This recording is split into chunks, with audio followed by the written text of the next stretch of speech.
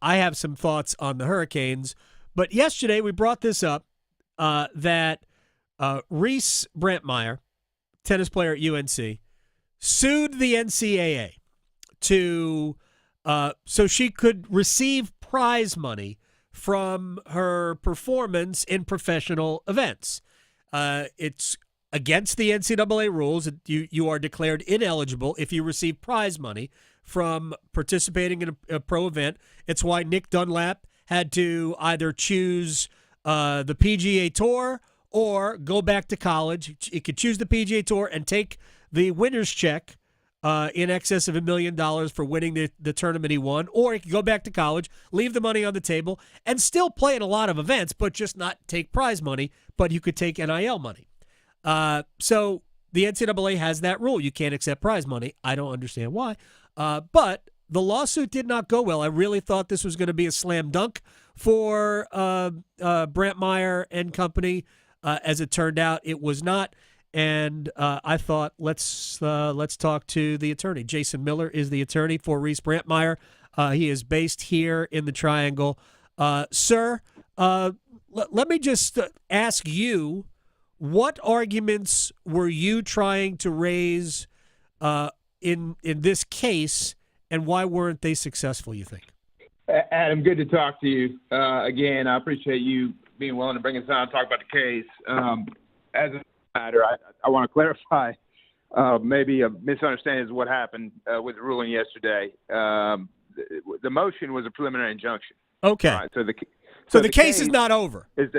No, that's a preliminary motion. That's frankly a swing for the fences. So the case is about having this rule set aside for the NCAA that would allow all these individual sport athletes to be able to retain their prize money in non-NCAA events. We think that's real clear. We think it's a slam dunk. The motion that was decided yesterday was us coming before the court and saying, hey, Your Honor, this is such a clear case.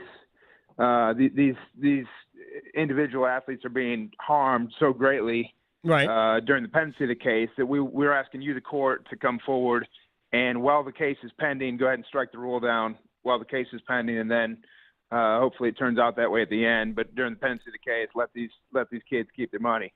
All right. Okay, finish. Yeah. Good enough. Finish your statement. No, preliminary injunctions are extraordinary. Right. Okay. That's what she said. That's what the judge said in the statement. That is operator error on my part, because it says it clearly in the story that it was a preliminary injunction. And I agree. It should be a slam dunk. But if it's a slam dunk, I would have thought that maybe she would have granted the preliminary injunction. What is the argument that you are raising, though, about this?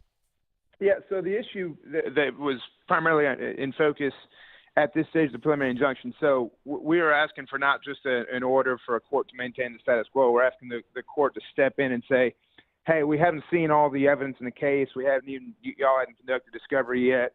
But we want you, the court, to come in and grant this thing because it's so clear. And what the court said is, look, she put on a lot of evidence regarding tennis.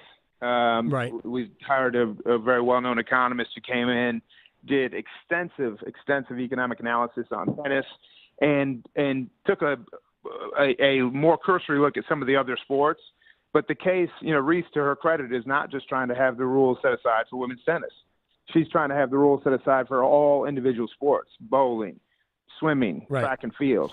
And so the court's ruling was, hey, we think there needs to be a more developed record. We think we need more evidence with regard to these other sports before we can entertain, entering this type of injunction. So I think on a go forward, the court is basically telling us we need to dig in on all these other sports or stick to tennis. And so I think we're going to evaluate how to develop the case going forward.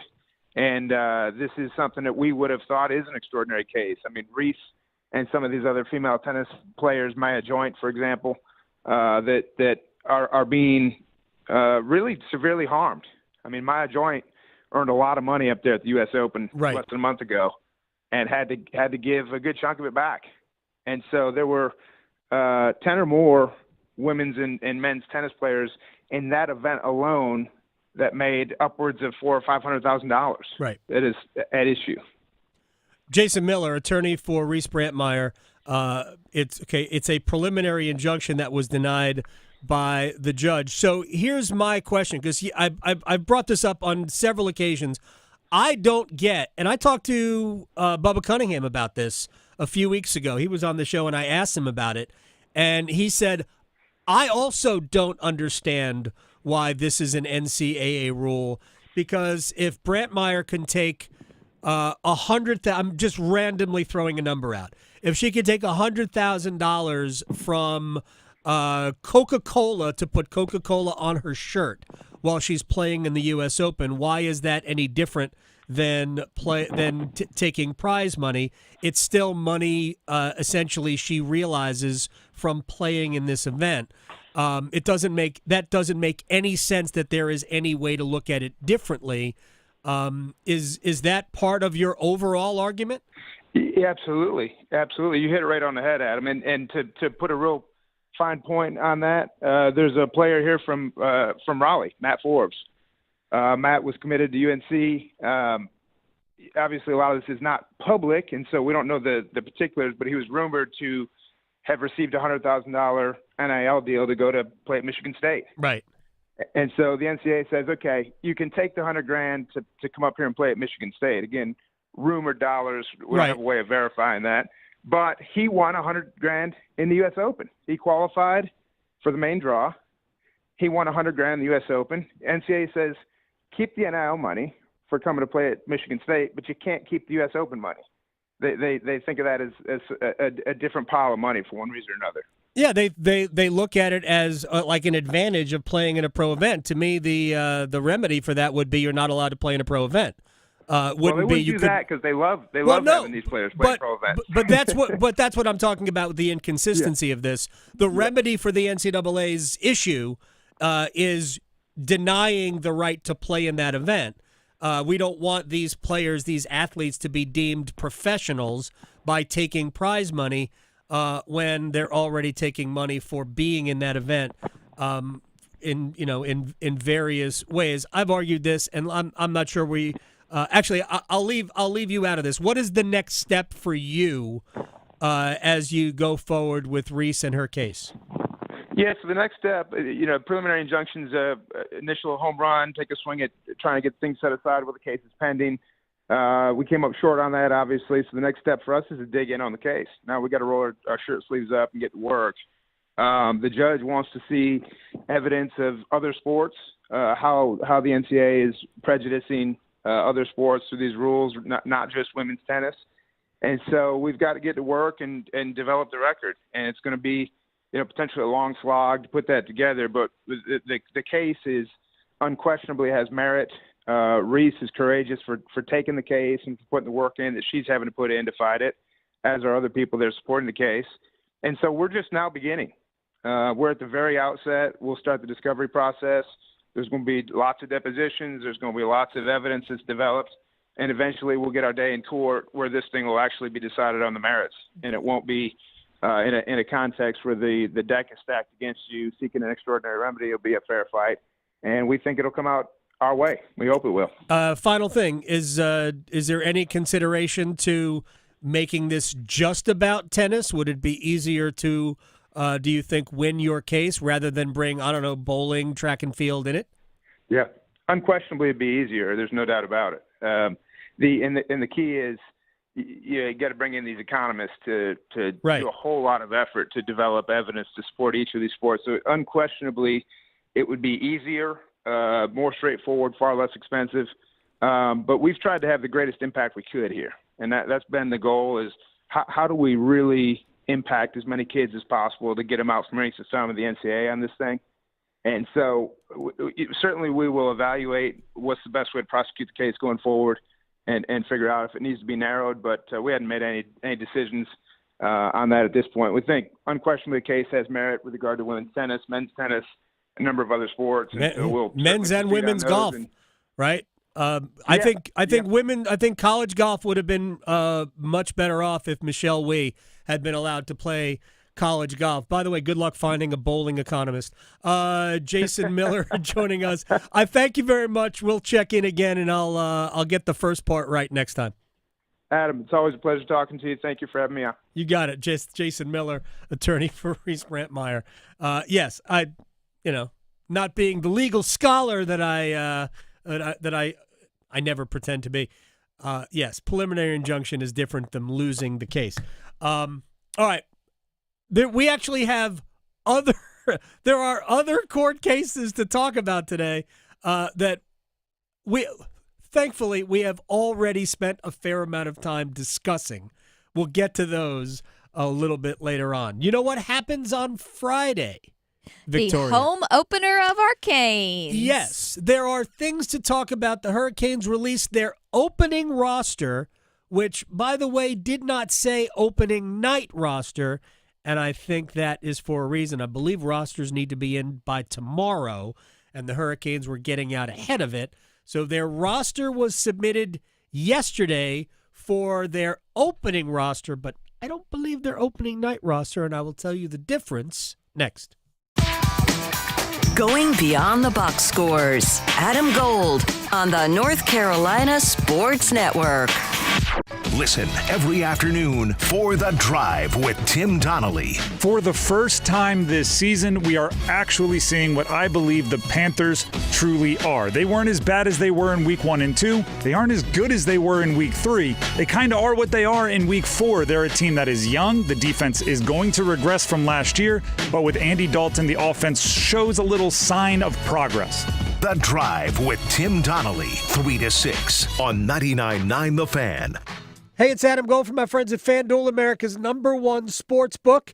And think about this. The NFL is already almost 1/3 over. Do we know anything more than we did at the beginning of the season? Well, we know the Jets are bad. FanDuel is America's #1 sports book, and brand new customers can get $300 in bonus bets if you win your first $5 wager. Did you know that Robert Saleh was plus 2,500 to be the first coach fired? Amazing. FanDuel.com/Adam Gold. Make every moment more this season with FanDuel. FanDuel.com/Adam Gold, and FanDuel is an official sportsbook partner of the NFL. 21 and over and present in North Carolina. First online real money wager only. $5 first deposit required. Bonuses issued as non-withdrawable bonus bets, which expire 7 days after receipt. Restrictions apply. See terms at sportsbook.fanduel.com. Gambling problem? Call 877-718-5543 or visit morethanagame.nc.gov. Hey, John. Why so glum? I just got let go. The company's downsizing. This is the third time in the last 2 years. I'm done with this. Have you thought about My Computer Career? I've heard they can train you for a career in IT in just a few months, including cybersecurity and the basics of AI. And you don't need prior training or experience. Now that's a recession-resistant career. Wow, thanks. I'll check them out. Go to mycomputercareer.edu and take the free career evaluation. mycomputercareer.edu. Financial aid is available for qualified students, including the GI Bill. Here's Megan with Parkway Sleep Centers. Are sleepless nights affecting your life? Parkway Sleep Health Centers can help. We've treated sleep disorders in the Triangle and beyond for over 20 years. We offer sleep studies, office visits, CPAP machines, supplies, and more. And our streamlined process allows us to see you sooner and usually saves hundreds of dollars. End sleep problems. Live your best life. Experience the Parkway Sleep difference. Visit parkwaysleep.com and start your journey to better sleep today.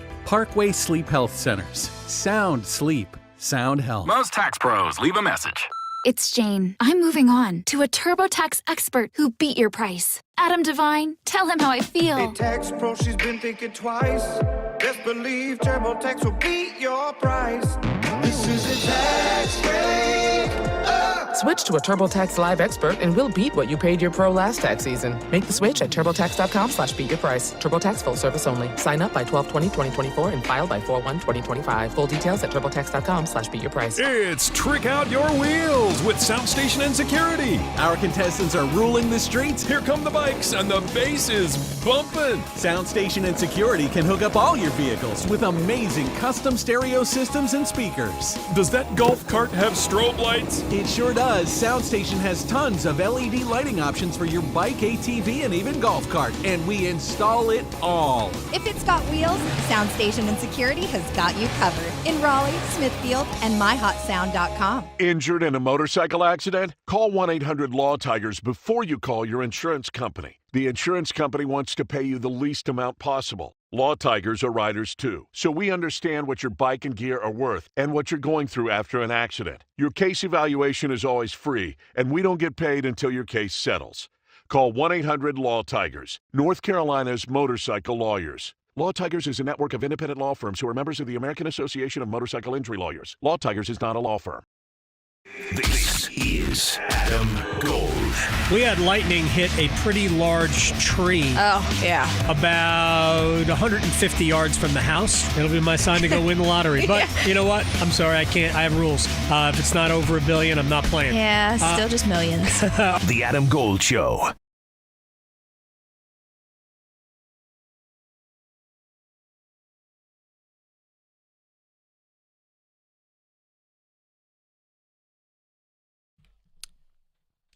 It's the Adam Gold Show. I'm Adam Gold, Victoria, producing the program. Carolina Hurricanes opened the season on Friday against Tampa Bay Lightning, and in a scheduling, I don't know, I'll call it an oddity. You don't see it a lot. They open with a home and home with the Lightning. So Saturday in Tampa. So here Friday, there Saturday, but there is this Milton event coming to the west coast of Florida probably by Thursday. Right. That's where it's projected right now. So, if anybody has been paying attention, one of the most powerful hurricanes ever.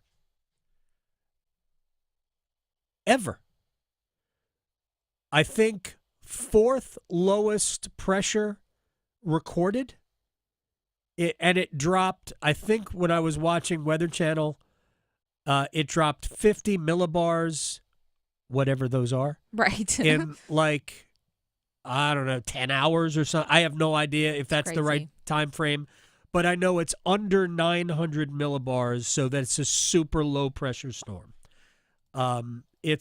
There was a storm, trying to think of the name, what was the name of it in 2005, but it was a devastating storm that hit Florida. They are comparing it to that. But the maximum sustained winds yesterday reached 180 miles an hour. It gusted over 200, and I saw one weather forecaster in Florida that was actually getting emotional for the damage it was going to do to the Yucatan Peninsula in the Gulf of Mexico.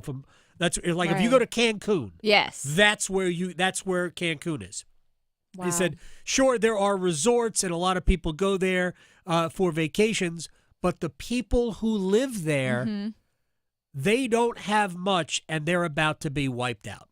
Yeah, it is a devastating storm. Anyway, we've talked about that a lot over the last couple of 2 weeks. So the issue is that this storm is going to hit Tampa pretty hard in that area on Thursday. Now it might go north of Tampa, it might go south of Tampa, but Tampa right now is like in the middle of the cone. I hope people are leaving. They are. No, if they can. I've seen. Again, we are Weather Channel watchers. Yes. And we watched a lot of it yesterday. Yeah, there are people evacuating the state of Florida smartly. Mm-hmm. But the issue is playing the game on Saturday. First of all, the Lightning getting out Thursday is going to be an issue. I wouldn't be surprised if they flew out tomorrow morning to get out ahead of the storm, or even today. But playing on Saturday, based on projections of storm surge, they're talking in the neighborhood of 15 feet of storm surge. Like, if you haven't been, Tampa's in the bay. Right. St. Petersburg, which is that Tampa St. Pete is like considered, it's like Raleigh Durham, even though they're two completely different cities. St. Pete is actually on the peninsula that kind of, I guess, protects Tampa. Mhm. But anyway, Tampa's going to deal with storm surge, massive amounts of it. That's like horror movie storm surge. It's like a scary movie type deal. Yeah, and but of real course, life. Weather Channel does try to scare you. There's Sure. no doubt about it. They're trying to terrify It's better you. be safe than Right. sorry for they those want people. you to keep watching them. Yeah, true. So it's very possible, in fact, highly likely, that Saturday in Tampa can't happen. Not isn't going to, but physically can't. So do they just scrap the game altogether, reschedule it for later in the year, which is a possibility? Do they move the game up here and take the other, I believe the Hurricanes host Tampa twice this year, and take the other game, the third time that they will meet, and move that one to Florida? I don't know. Then when do you play it? Do you play it Saturday? You can't play it Saturday. State's got a home game. Mm-hmm. We can't have the Hurricanes playing. They can't play a day game because you have to have at least 21 hours between puck drop of one game and the next game. Yep. So you can't play a day game. State plays at 8 o'clock, but, the parking lots and everything gets going underway, early. Dawn. Mhm. So there's no way to do it Saturday. Sunday is a possibility, but I'm not even sure that's really what they're looking at. There's a lot of different scenarios. Anyway, we don't know about the status of Saturday's game. I guess I could have summed it up in like 30 seconds. But there's a lot going on just with that. Now, the whole point of talking about the Canes really was about the roster. So the Hurricanes submitted their opening roster yesterday, and they placed Riley Stillman, Joakim Ryan, and Jesper Fast all on the injured list, non-roster injury list. Now, my understanding is that they used long-term injured reserve, not on Fast, but on Riley Stillman. And Bryce Montgomery, the defenseman who didn't even play, I'm not even sure he played. He might have played in one preseason game. He didn't play in any of the 3 games I was present for. He didn't play in the last one. I don't think he played in the first one. He might have played in the game at Florida. I'm not even sure he played. Right? He is definitely a developmental prospect. He's a good skater, big kid, all of that. They signed him to a 3-year deal. And he is on the roster right now because what they're trying to do is get as much long-term injured reserve help as they can using the NHL minimum contract of Riley Stillman, who they have placed on long-term injured reserve. I still don't think it creates enough room, just that move, to keep Jackson Blake. But Blake was assigned to Chicago. I don't know that he's boarded a plane or not, but he has been assigned to Chicago. NHL rosters need to be submitted. Official rosters to start the season need to be submitted tomorrow. But it doesn't have to be the roster that you start with on opening night. Yes, the NHL starts today for a lot of teams. Actually, I guess the rosters might have needed to be submitted yesterday because the league proper starts today. But the Hurricanes don't start till Friday. So they have time to figure things out, and I believe by waiting, it gives them a better chance to put, because I've been saying this, to put one of those veteran wingers, whether it's Eric Robinson, Brendan Lemieux, or Tyson Jost, place them on waivers with the purpose of sending them to the minor leagues and keep Jackson Blake on the roster. And by keeping Jackson Blake, the only way they can do that, again, my math is my math. My legals, obviously my legal abilities were clearly flawed in the last segment. But my math says that they can't keep Jackson Blake unless they waive one of the veteran forwards and send them to the minor leagues. So I think they're waiting to a time where they have the best chance of getting, my guess is Tyson Jost through waivers. And if they do that, they're all set. They're all set. They still have to pay Tyson Jost, but you get to take the NHL minimum salary off of your salary cap, and they would have more than enough room. Like Bryce Montgomery can't play in the NHL. He's on the roster because of the contract they gave him, which was about $100,000 more than the NHL minimum. So I do think that they are trying to make some maneuver around to get Jackson Blake on the opening night roster, which I know pleases a lot of fans because you love to see prospects get a chance to play. I do believe the player I watched play 4 of their 6 preseason games can play in the NHL now. He can play. And I think they want to give it however many weeks to see how it goes. They can always send him back. So somebody is going to draw the short straw among the veteran forwards. Because I think that's the way it has to be. They don't want to use long-term injured reserve, right, at this point. But I think they can do it temporarily because I believe Riley Stillman is coming back. So you can leave him on LTIR for a time. Then when he comes back, you can send him to the minor leagues. But at that point, you're going to have to be salary cap compliant.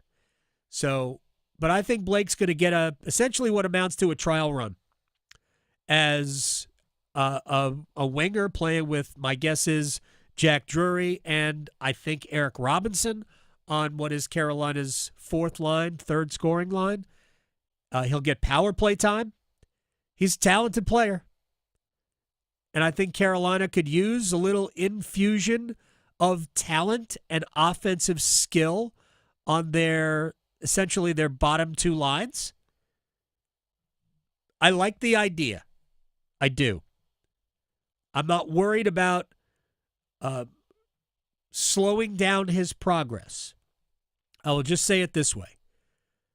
I'm not sure Jackson Blake is a prospect anymore as much as he is a good player who can help you. But if it doesn't work, they can always send him back. So that's what I believe is happening. I have zero inside information on that. Nobody has told me that. But that's what I think is happening based on my conversations and how the organization feels about Jackson Blake. We'll take a break. We'll come back. We've got one-timers. Top of the hour, Luke DeCock will join us. We will talk about, we might talk about hockey, maybe not. But we will talk about the state of football in our state, which is not great. Next.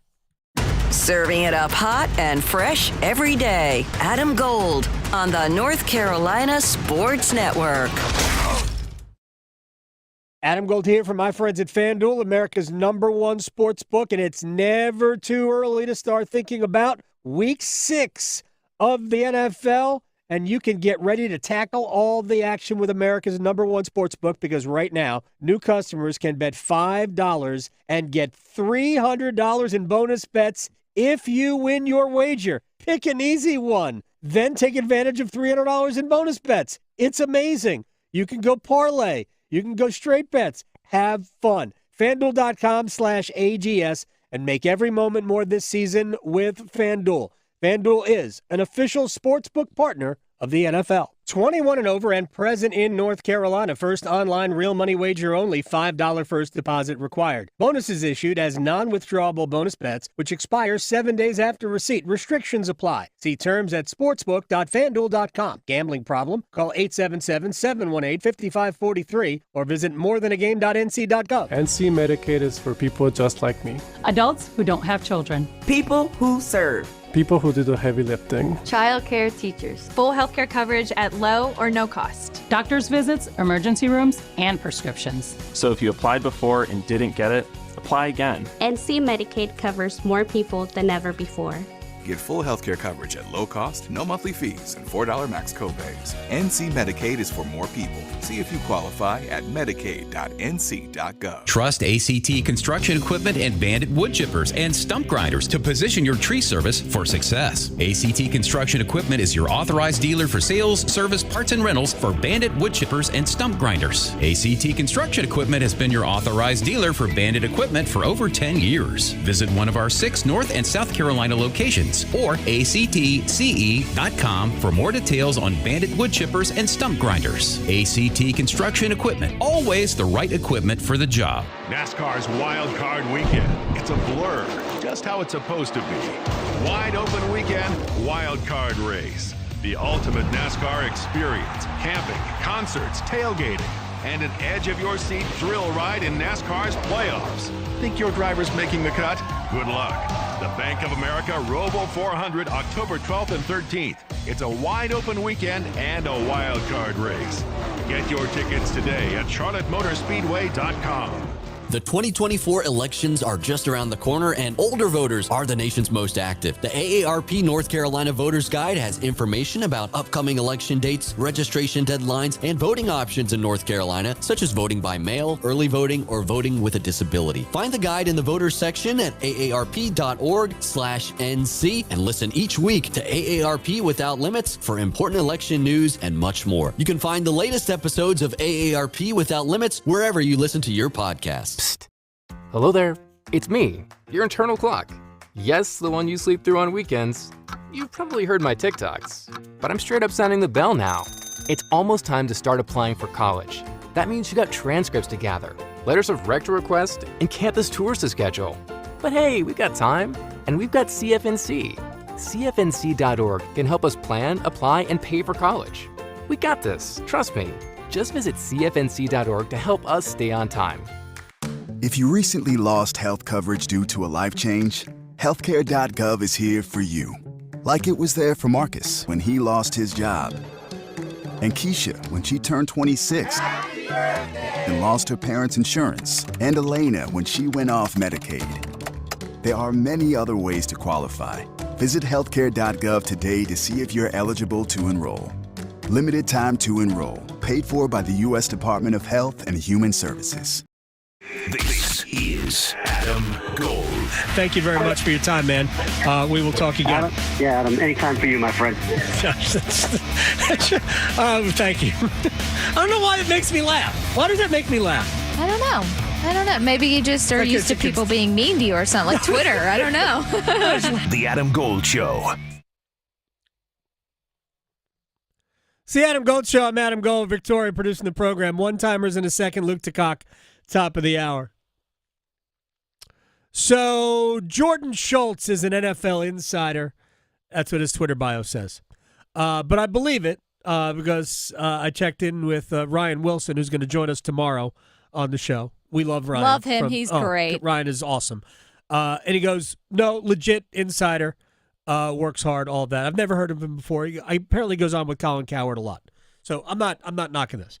But he is reporting that Robert Saleh, who was fired today as the head coach of the Jets, was escorted out of the building by security immediately upon being informed that he was done.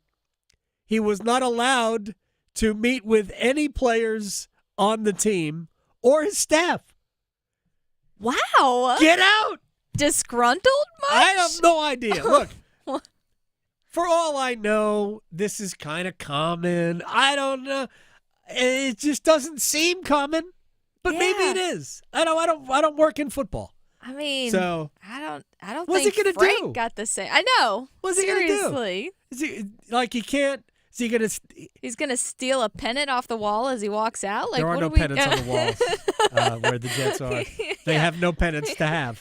Yeah. So anyway, I don't get it, but whatever. That's a very Jetsian thing to do. Yeah. We have a Metsian thing and a Jetsian thing. The Jetsian thing is way worse than a Metsian thing. Yeah. Let's go Mets. All right, one time. Let's do it. Okay, so speaking of, we'll just stay on the same topic. Jets head coach is out. So, do you think this firing had anything to do with Aaron Rodgers? And if so, how much of a role do you think he played in this? Had everything to do with Aaron Rodgers. Even if we buried our head in the sand and said Aaron Rodgers did not want Robert Saleh fired, even if we pretend that is not the case, the act of bringing in Aaron Rodgers always meant that the Jets were in, we are going to win today. My only question is, and this is really, really where the Jets' utter dysfunction as an organization comes in, you didn't know that Robert Saleh was, at best, right now, a mediocre head coach before the season started? You didn't know that then? What are we doing? Yeah. What has Robert Saleh... I don't think Saleh... What have I always said about... What I said it about Ron Rivera, said it about John Fox. Perfectly adequate head coaches. Right. Not great. Adequate. Mm-hmm. I thought Ron Rivera was okay as a head coach. A great man, right? A great leader of men, right? Which I don't know that Robert Saleh rises to that level. But you had to know going into the year that Robert Saleh ain't great at this. Nah. So if the fact that they did it 5 games in tells me that they were thinking about it, do we have the right guy? If you're thinking about that and you know that this is the year, this is why the Jets are the Jets. And they don't deserve anybody to be their fan. Again, I need to find out if Mike Greenberg is okay. Yeah, oh my goodness, year after year. Yeah. So I know there's been rumor of potentially Bill Belichick. I know you touched on this earlier. I haven't seen a rumor. I've just seen people flood my timeline with pictures of Bill Belichick. What are the chances of that?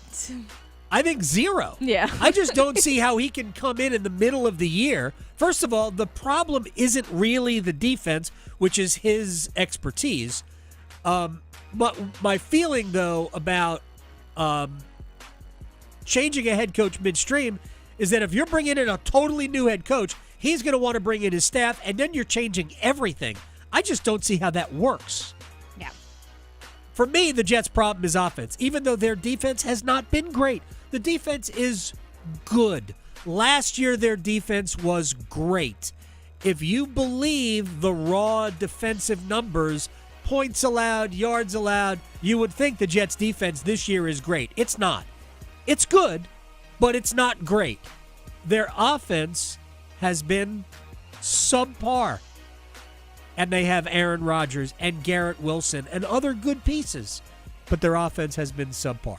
Well, speaking of questionable coaches, I guess, going back to this weekend, the Cowboys, they managed to get a win, but it was still an ugly game for the most part till the very end. So, do you see Mike McCarthy still being under the microscope even with the win?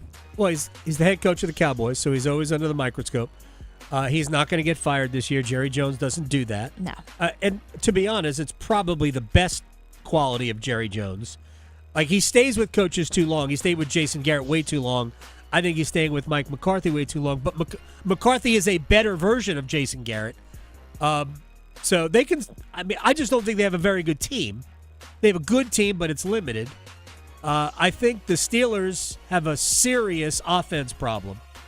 That I know this is not a question you asked, but for the people calling for Russell Wilson to save that offense, that isn't happening. Russell Wilson can't save this offense. They're better off with Justin Fields, but they're super limited with Fields. No, but Mike McCarthy is not getting fired. He is not under the microscope any more than he is normally because he's the head coach of the Cowboys. Well, as a Carolina Panthers fan, might as well stick with the NFC South. Carr went out with an injury last night, so the Saints were looking kind of sharp in the beginning of the season, fading out a little bit, but how much do you actually think they'll do without Carr? Yeah, it's a big drop-off. And Carr's like hot and cold. So when he's on, Derek Carr can be a good quarterback. But when he's off, you see, he just makes tons of mistakes. And they're in a little bit of trouble. But And it might not take a ton to win the division. I mean, maybe you can go 10-7 and win the NFC South. Maybe. Honestly, I don't know. With the Bucs, though, I think. Yeah. I think the Bucs are the best team, but I don't think the Bucs are awesome. Yeah. No. I could see them winning this year. Well, and last but not least, seeing the Chiefs last night and remembering last year how messy they looked, they still managed to win the Super Bowl. So how inevitable is it they're going back again this year? Inevitable, I don't see that, but I said this earlier. I think they're the worst great team I've ever watched. I don't know how they do it. Maybe it's because they have Patrick Mahomes. Raleigh to Boone, Charlotte to Chapel Hill. Your Carolina is covered. Adam Gold on the North Carolina Sports Network.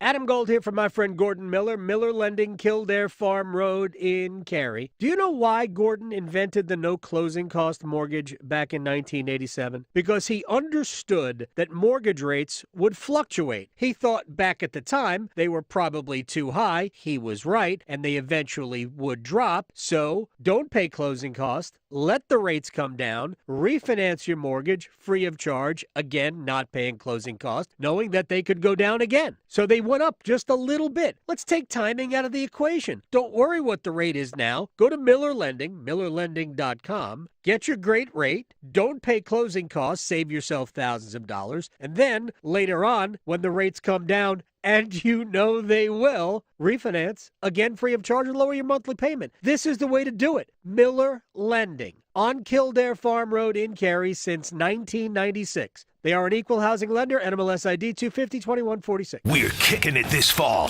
with college football. Join 99.9 The Fan all season long and catch your favorite teams in action.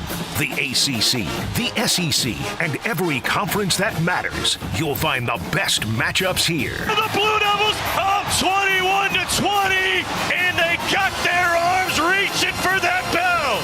College football on 99.9 The Fan is brought to you by Wake Med, Sammy's Tap and Grill, and Roofworks. Are you a young professional in the Triangle looking to expand your network, grow your career, and take your leadership ability to the next level? If so, the Raleigh Chambers Young Professionals Network is for you. The network is specifically designed to help young professionals connect with others, gain valuable insights, and participate in unique social events and experiences. If you are a Triangle professional between the ages of 23 and 39, learn more about the Raleigh Chambers Young Professionals Network and join today at RaleighYPN.org. The final shot at the Championship 4 comes down to a track that's been here from day one. Martinsville. NASCAR Playoffs weekend at Martinsville Speedway, November 1st through the 3rd. Get your tickets now at martinsvillespeedway.com. Adam Gold here from my friends at Travers LASIK and Dr. Lori Travers, the only LASIK specialist in the Triangle. And twice in the last week, people have asked me, how was it? And I've told them it's great. Not only is it great, but it's been great for about a dozen years. That's right, I met Dr. Lori Travers more than 10 years ago. She took me from 2250 to 20/20 vision, and, pardon the pun, I have never looked back. I want you to do the same thing. 919-510-6830. You can get a free consultation. We love free. Also, 2 years, 0 interest financing is available. Takes about 5 minutes per eye, and you could go back to work the very next day. 919-510-6830. TraversLASIK.com. If you are sick and tired of glasses and contacts, Dr. Lori Travers needs to be your next call. 919-510-6830 for Travers LASIK. The consultation is free. Perfect. TraversLASIK.com. The smarter way to clean your floors. It's time to make the swap. Swiffer Power Mop. Introducing the new Swiffer Power Mop, the all-in-one tool that gives you a mop and bucket clean in half the time. The solution's built right in, so no heavy bucket, and the pad has hundreds of scrubbing strips to get deep into grout. Don't mop harder, mop smarter. Swiffer Power Mop. Swiffer Power Mop. This hour of the Triangle Sports Leader is powered by Ritchie Law Firm, North Carolina's injury lawyers. Visit GotBryan.com. That's GotBryan.com. WCMC HD1 Holly Springs. Take us with you on radio, web, app, Alexa, and YouTube. 99.9 The Fan, the Triangle Sports leader. This is the Adam Gold Show on the North Carolina Sports Network. Here's the snap. Johnson following Kramer over the right side. Touchdown and extracurriculars in the end zone. It's getting heated. And now, a fight has broken out in the end zone. There was a punch thrown. Referees have to get in there to sort this out. There are multiple flags in the end zone. Tension's boiling over. And this might lead to potential fine and maybe even a suspension once they go through the video. Yeah, they'll go through it, but I saw referee's hat fly up in the air. We have yellow flags everywhere, and there'll be some FedEx letters in the lockers on Thursday. I can promise you that. It's also possible that the referee tossed his hat in the air because he graduated. I don't know. Maybe. Very possible. Turn the tassel. Yeah, I don't know that we're going to see a lot of fines or anything. That didn't seem like it was a high-level skirmish at the end, but we did have two players sent off. J.C. Horn and was it J.C. Horn? Yes. I think it was J.C. Horn and one of the offensive linemen for Pryor. Chicago. Yeah, Pryor. Number 79. 79. They were sent off, and there were other penalties that were doled out after that. Real quick, according to our friends at FanDuel, the Jets' odds to make the playoffs are now no is minus 140. Wow, shocker. Yes is plus money, plus 114. We could have told you that before the season started. J-E-T. Sorry. No, it's fine. At least the Jets are not in North Carolina. Oh. Would it be worse if the Jets were based here? Actually, the Panthers are. It's kind of the same. Almost. It's pretty close. Luke DeCock, friend, News and Observer, columnist, man about town, observer of football. Sir, hope you're well. Thank you very much. I do want to talk about the state of football in this state. The Jets would fit right in, would they not? Yeah, I mean, I think when people say how could things get worse for the Panthers, I think having Aaron Rodgers at quarterback would actually probably make things worse because it just seems like he's a complete chaos agent, and quite frankly, hasn't played that well. No. I like, is anyone really surprised that this didn't go well with the Jets? It's it's sort of like, the Panthers, and is anyone really surprised that they've struggled this year? I don't know why you would be. Same as the Jets, but there's probably some commonalities that the Panthers are sort of becoming the 21st century Jets. Some sporadic success in their past. Yeah. One very famous quarterback, and then a lot of grim years is sort of what would this put this? This would put this in the Richard Todd era of the Jets. I appreciate you bringing up Richard Todd. I was a big fan of Richard Todd. That was my formative Jets fan years, and I have successfully through a 12-step program kicked myself of that habit over the last several years. So I am a free man. I am a free agent when it comes to being a football fan, and I have been pretty objective of watching the Panthers. I thought their defense would be bad this year. I didn't think it would be this bad, but I thought it would be bad this year.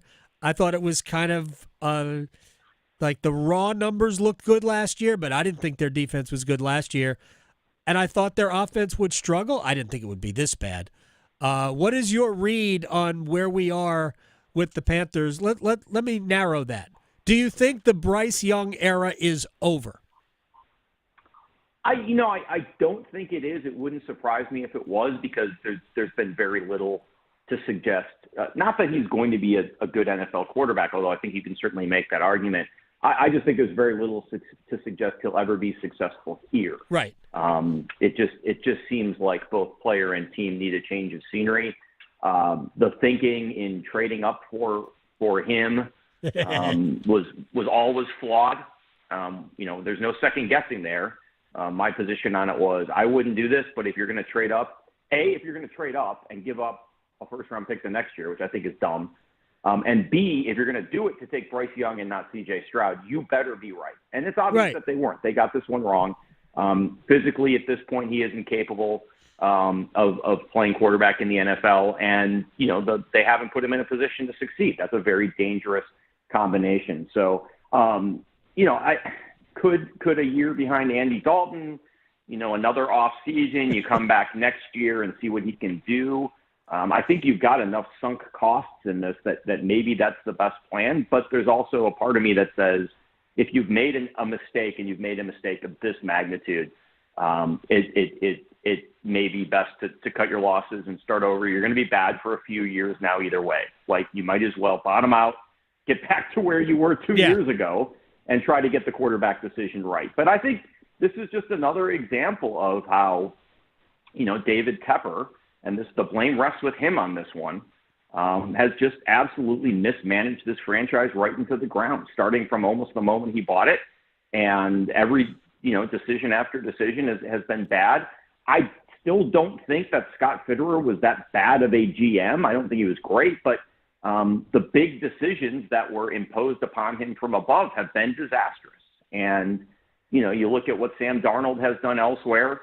Not that he was ever going to be the capital T, capital A answer here. Right. But clearly he's a competent NFL quarterback. He did not look that way here, except for maybe that game against the Jets. Baker Mayfield's the same way. And I was getting to that. Baker Mayfield last year goes up to Lambeau and absolutely picks apart the Packers with, a couple of receivers, but nothing special. Then you veer again to Bryce Young and you trade away your best receiver before you ever get here just to get him. So failure after failure after failure. I feel bad for Panthers fans, as I wrote a couple of years ago. I don't know why you would continue to subject yourself to this. Doesn't mean you're not a fan. Doesn't mean you can't, tailgate or, have some beers and watch the game and have fun. But, if you're personally invested in this at this point, you're kind of getting what you asked for, because it's going to be bad for a while. Here's why I think that Bryce Young won't play here anymore at all. And I could even bring up the fact that yesterday or Sunday, Dave Canales, when asked why he brought Bryce Young in, was basically, we had some offensive linemen out and basically saying, I want to protect Andy. And wait a second, you drafted Bryce Young. You let him get his rear end beat up last year. He survived that year. And now he's the shield for Andy Dalton. There's that. And the fact when they made the decision to go to Andy Dalton, the day before, Canales said, Bryce Young is our quarterback. The next day, you decided you're going to Andy Dalton, and there was zero conversation about Bryce Young needs a reset. He needs to watch. It was all about Andy Dalton is our quarterback. They had already decided at that point to move on. The only way Bryce plays is if Dalton is awful, which I guess is a possibility, or he gets hurt. The only way we see Bryce Young start a game, maybe he'll start games 16 and 17 of the season. 13, 14, 15, 16, 17. Look, I don't disagree. Just to build up his trade value. Obviously, that decision was not made with an eye to what's best for Bryce Young. It was made with an eye to what's best for this team right now. But part of that was, especially when you saw what Andy Dalton did once he came in, was they were not getting quarterback play that's acceptable. Right. I agree with you. It was unacceptable. He was not up to the job. And for a number one overall pick to be in that position at the start of year two is a damning indictment of the position that they put him in, of the development curve that they put him on. And frankly, Bryce Young didn't ask to go number one overall, but he has not been able to live up to that. Again, I think there's a lot of blame to go around. But the way that the team responded to Andy Dalton coming in clearly indicated that everybody in that locker room, everybody in the front office, maybe the owner, who knows, realized that this guy at this point is not even close to an NFL quarterback. But he's worse this year than he was last year. There's no rhyme. There's no reason he should be markedly worse this year than he was last year. And he is, like, last year's version of Bryce Young would have been kind of acceptable behind this team because he would have a better offensive line and better weapons. There is one reason, and that's you're asking a guy who just came in the league to learn an entirely new offensive system just when he's finally gotten maybe his brain around the first one he was asked to learn. So I do think that's unfair on a young quarterback. When you look at quarterbacks who were highly touted and failed. And let's throw Sam Darnold in there as an example. Typically, one of the constants is multiple offensive coordinators, multiple offensive schemes earlier in their career. Whereas, the example everyone uses is Aaron Rodgers in Green Bay playing behind Brett Favre, but he also was in a system that was constant that entire time. He was able to absorb it. Yep. Even if he'd been playing, that would have been true. Obviously, it helped him not to play, and the Panthers didn't have that luxury, although they sort of backed themselves in that position now. They had the luxury. They could have started Dalton last year. They've done this. Well, yeah, fair enough. My point is, continuing point is, whatever this kid's faults are, whatever his inadequacies, they've done him absolutely zero favors, and Agreed. That's a tough situation. All right, let's move on to North Carolina. I said this a couple of weeks ago that after the 70 points that James Madison put on the Tar Heels, followed by the 20-point come-from-ahead loss to Duke, I'll be surprised if we get to Halloween and we haven't had an announcement at UNC. I think Mac Brown definitely provided a real service to North Carolina by coming back and reestablishing relationships with North Carolina high schools, which produce a ton of NFL talent, and you need to keep more of those players here. I don't follow recruiting enough to know how many of the North Carolina players he kept here, but I think they recruited fine. But it's not going well on the field. Even with NFL quarterbacks, it wasn't going all that well on the field. What is your view of North Carolina football as we sit here 6 weeks into the season? Yeah, I agree. I mean, Mac did what he came here to do, which was to reestablish the foundation of UNC football, to give it credibility again, which I think he has. There were good years in there, and even that first year, they jumped right back into competitiveness.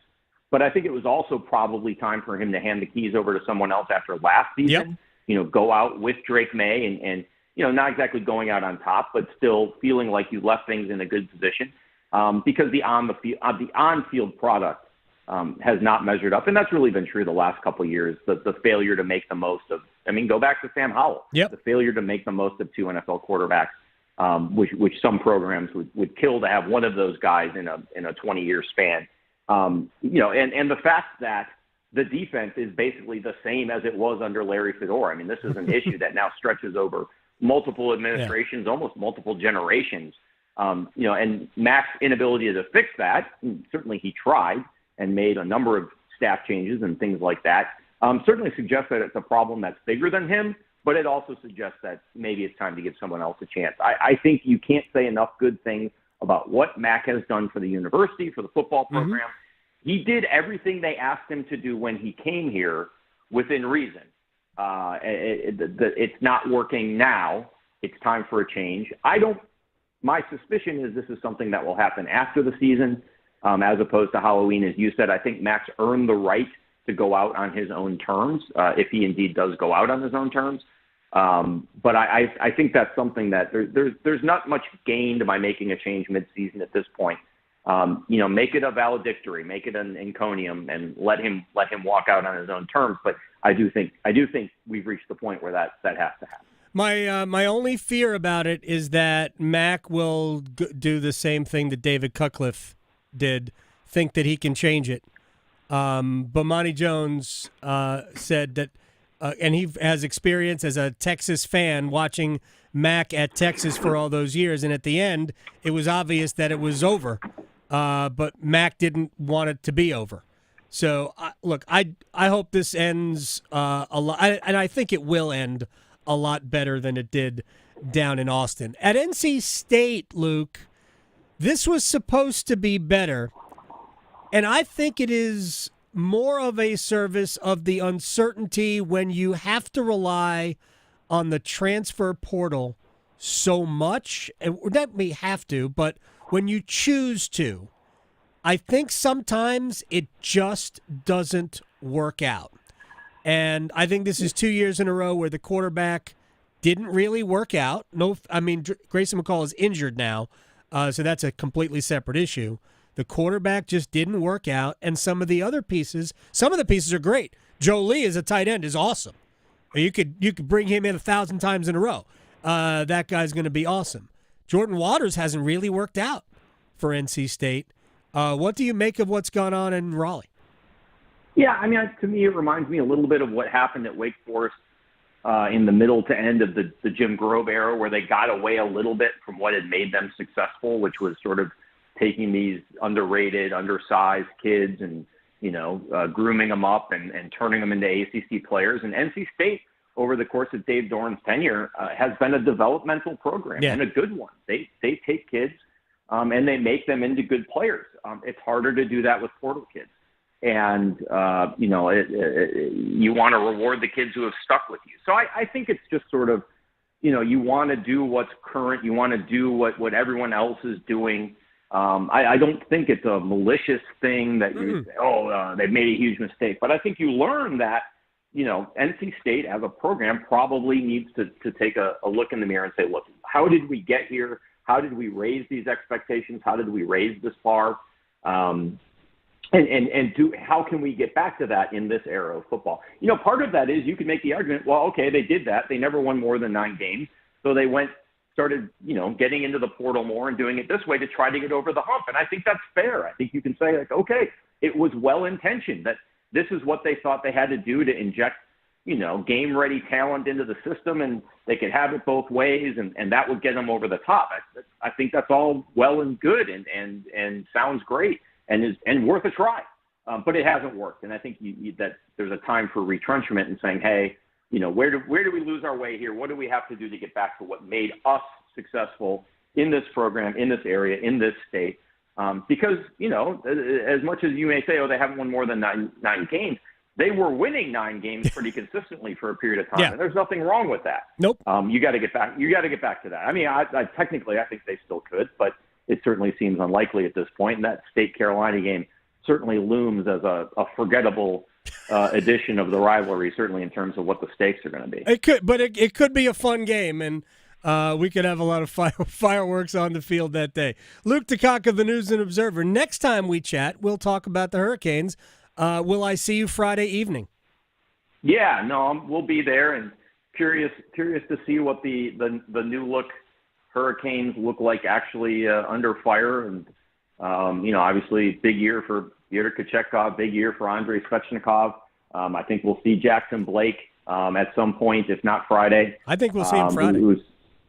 Certainly earned that opportunity. Yep. That's exciting to have a kid like that come in and make a case for himself and claim a spot. Someone was asking me who he reminded me of, and I said he reminds me a little bit of young Jason Blake with the Islanders. That may be a little facile, but there's certainly some DNA there that you can kind of see. So interesting. It's going to be an interesting year. I don't know if you've noticed this, Adam, and then I'll get off the line here, but all of the cognoscenti are picking the Rangers or the Devils to win the division. Yes. All of the analytics folks still have the Hurricanes number 1, which I found fascinating. There's a sense in the league that the Hurricanes have retrenched, and there's a sense among the analytics folks that they're right back where they were. I agree with you. I saw that the analytics pick, and I'm like, okay. I think they'll be good. I think the Devils have the best roster. I'm not sold on Sheldon Keefe as the coach. I think the Hurricanes and the Rangers will have something to say. But we'll have some fun. I'll see you Friday night. Thank you so much, man. You got it, AJ. You got Luke DeCock here on the News and Observer. That is true, by the way. The whatever analytics site you want to look at, right? Money Puck, all of these, like The Athletic does their own analytics, all of this stuff. They all like Carolina. I'm not arguing with it at all. I think Carolina's a playoff team. I really do. By the way, tomorrow on the show, Greg Wyshynski is going to join us from ESPN. He does not think the Hurricanes are a playoff team. Yeah. And that's fine. You don't have to pick the Hurricanes to make the playoffs. No, I don't think he thinks the Hurricanes are going to be trash, by the way. But he has picked the Hurricanes to miss out on the playoffs this year. We're missing a lot of our key guys from the last few years. Some. Yeah. And others are still here. And the Hurricanes are still really good. All right, quick break. We're going to come back. I'm going to set the table for a couple of other things today. NHL season does start today, but I have some other NFL thoughts and We are going to talk about Project Rudy. Remember the movie with Rudy, the Notre Dame kid? Right? Project Rudy. I will tell you what that is. And then we're going to talk a little baseball with John Manuel, Pro Scout. Next. Serving it up hot and fresh every day. Adam Gold on the North Carolina Sports Network. Oh, this is going to be fun, isn't it? Oh, yeah. Wow. Martin pulling Barkov away. You know, Pyotr Kochetkov's not afraid to mix it up. Vinny Veazey knocking Natchez to the ice. Oh, here we go. Oh, yeah. Here we go. Veazey and Kotkaniemi. Chance for the Rangers coming in. Anderson makes a save, and it's kept out by Martin. What a save! Martin just robbed Lindgren. The season kicks off October 11th on your official home of the Carolina Hurricanes. 99.9 The Fan. Hey, it's Adam Gold from my friends at FanDuel, America's #1 sports book. And the Chiefs dispatched with the Saints last night. Closes the book on Week 5. Let's look ahead to Week 6. Thursday night football coming up. It's the 49ers and Seahawks. What is wrong with the 49ers? Maybe this is time for you to take advantage. And FanDuel right now is offering up $300 in bonus bets if you win your first $5 wager. New customers, get on this right now. FanDuel.com/AdamGold. Make every moment more this season with FanDuel. FanDuel.com/AdamGold. FanDuel is an official sportsbook partner of the NFL. 21 and over and present in North Carolina. First online real money wager only. $5 first deposit required. Bonuses issued as non-withdrawable bonus bets, which expire 7 days after receipt. Restrictions apply. See terms at sportsbook.fanduel.com. Gambling problem? Call 877-718-5543 or visit morethanagame.nc.gov. Here's Brandon with Parkway Sleep Centers. Tired of waiting for a sleep treatment? At other sleep centers, it can take 6 to 8 months just to get an appointment and cost you thousands more. Not Parkway Sleep Health Centers. We schedule you within weeks and we'll save you money too. We have over 20 years of experience serving the Triangle. Let our expert team help you sleep better sooner. End your sleep problems. Live your best life. Experience the Parkway Sleep difference. Visit parkwaysleep.com and start your journey to better sleep today. Parkway Sleep Health Centers. Sound sleep. Sound health. Military veterans and active duty service members, you could become a certified cyber warrior with just 12 weeks of training at My Computer Career. Cybersecurity specialists are in high demand, and IT pros with these skills often enjoy abundant opportunity and a great lifestyle. Protect our people, liberty, and treasured institutions from cyber threats. GI Bill, SkillBridge, and other VA benefits are available to those who qualify. Learn more at mycomputercareer.edu/CWP. That's mycomputercareer.edu/CWP. Veterans, the Fed has done it. They've lowered interest rates, the moment we've all been waiting for. And at Loan Pronto, they've lowered mortgage rates along with it. Hey, it's Dennis Cox for my friends at Loan Pronto. Listen, if you're a veteran with a current mortgage rate over 6%, Loan Pronto can now do a streamlined refi, lowering your monthly payment with no income verification and no appraisal. Veterans can now access up to 100% of their home's equity and turn that into cash. You can get 50, 75, 100 grand or more with no junk fees and no hassle, with an APR in the low 5s, so you can pay off all those credit cards, personal loans, and car loans. Veterans typically cut their monthly payments by $850. At Loan Pronto, they respect what you've done for our country, and they show it. Call now for a free rate quote with no credit pull. 919-381-1760. 919-381-1760. LoanPronto.com. LoanPronto.com. Equal housing lender. NMLS 1661781. Subject to lender approval. Most tax pros leave a message. It's Jane. I'm moving on to a TurboTax expert who beat your price. Adam Devine, tell him how I feel. Hey, tax pro, she's been thinking twice. Best believe TurboTax will beat your price. This is a tax break. Switch to a TurboTax Live expert and we'll beat what you paid your pro last tax season. Make the switch at TurboTax.com/beatyourprice. TurboTax full service only. Sign up by 12/20/2024 and file by 4/1/2025. Full details at TurboTax.com/beatyourprice. This is Adam Gold. And I did have to use two screens at one point, or a couple of points, and I don't like it. I can't watch two games at the same time. There's a lot going on. I'm sorry. I'm incapable of doing that. Because there were times where, I forgot this other game was on in front of me. Yeah. The Adam Gold Show.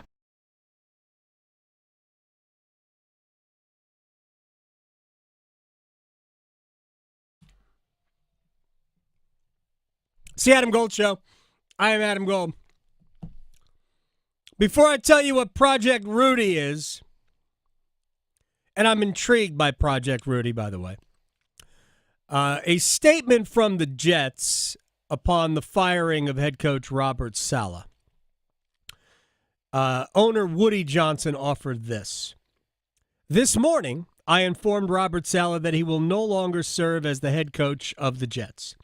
I thanked him for his hard work these past 3.5 years and wished him and his family well moving forward. That's what the remaining 1.5 years is on his contract. This was not an easy decision, but we are not where we should be given our expectations, and I believe now is the best time for us to move in a different direction. All right. How does this get you better, Woody? How does this get you better? What's the problem? The problem, while the defense isn't as good as it was a year ago, the problem is your offense is trash. Could your offense be trash because your offensive coordinator is trash? Your quarterback isn't quite as good as you wanted him to be, 2 injuries removed from his last great season.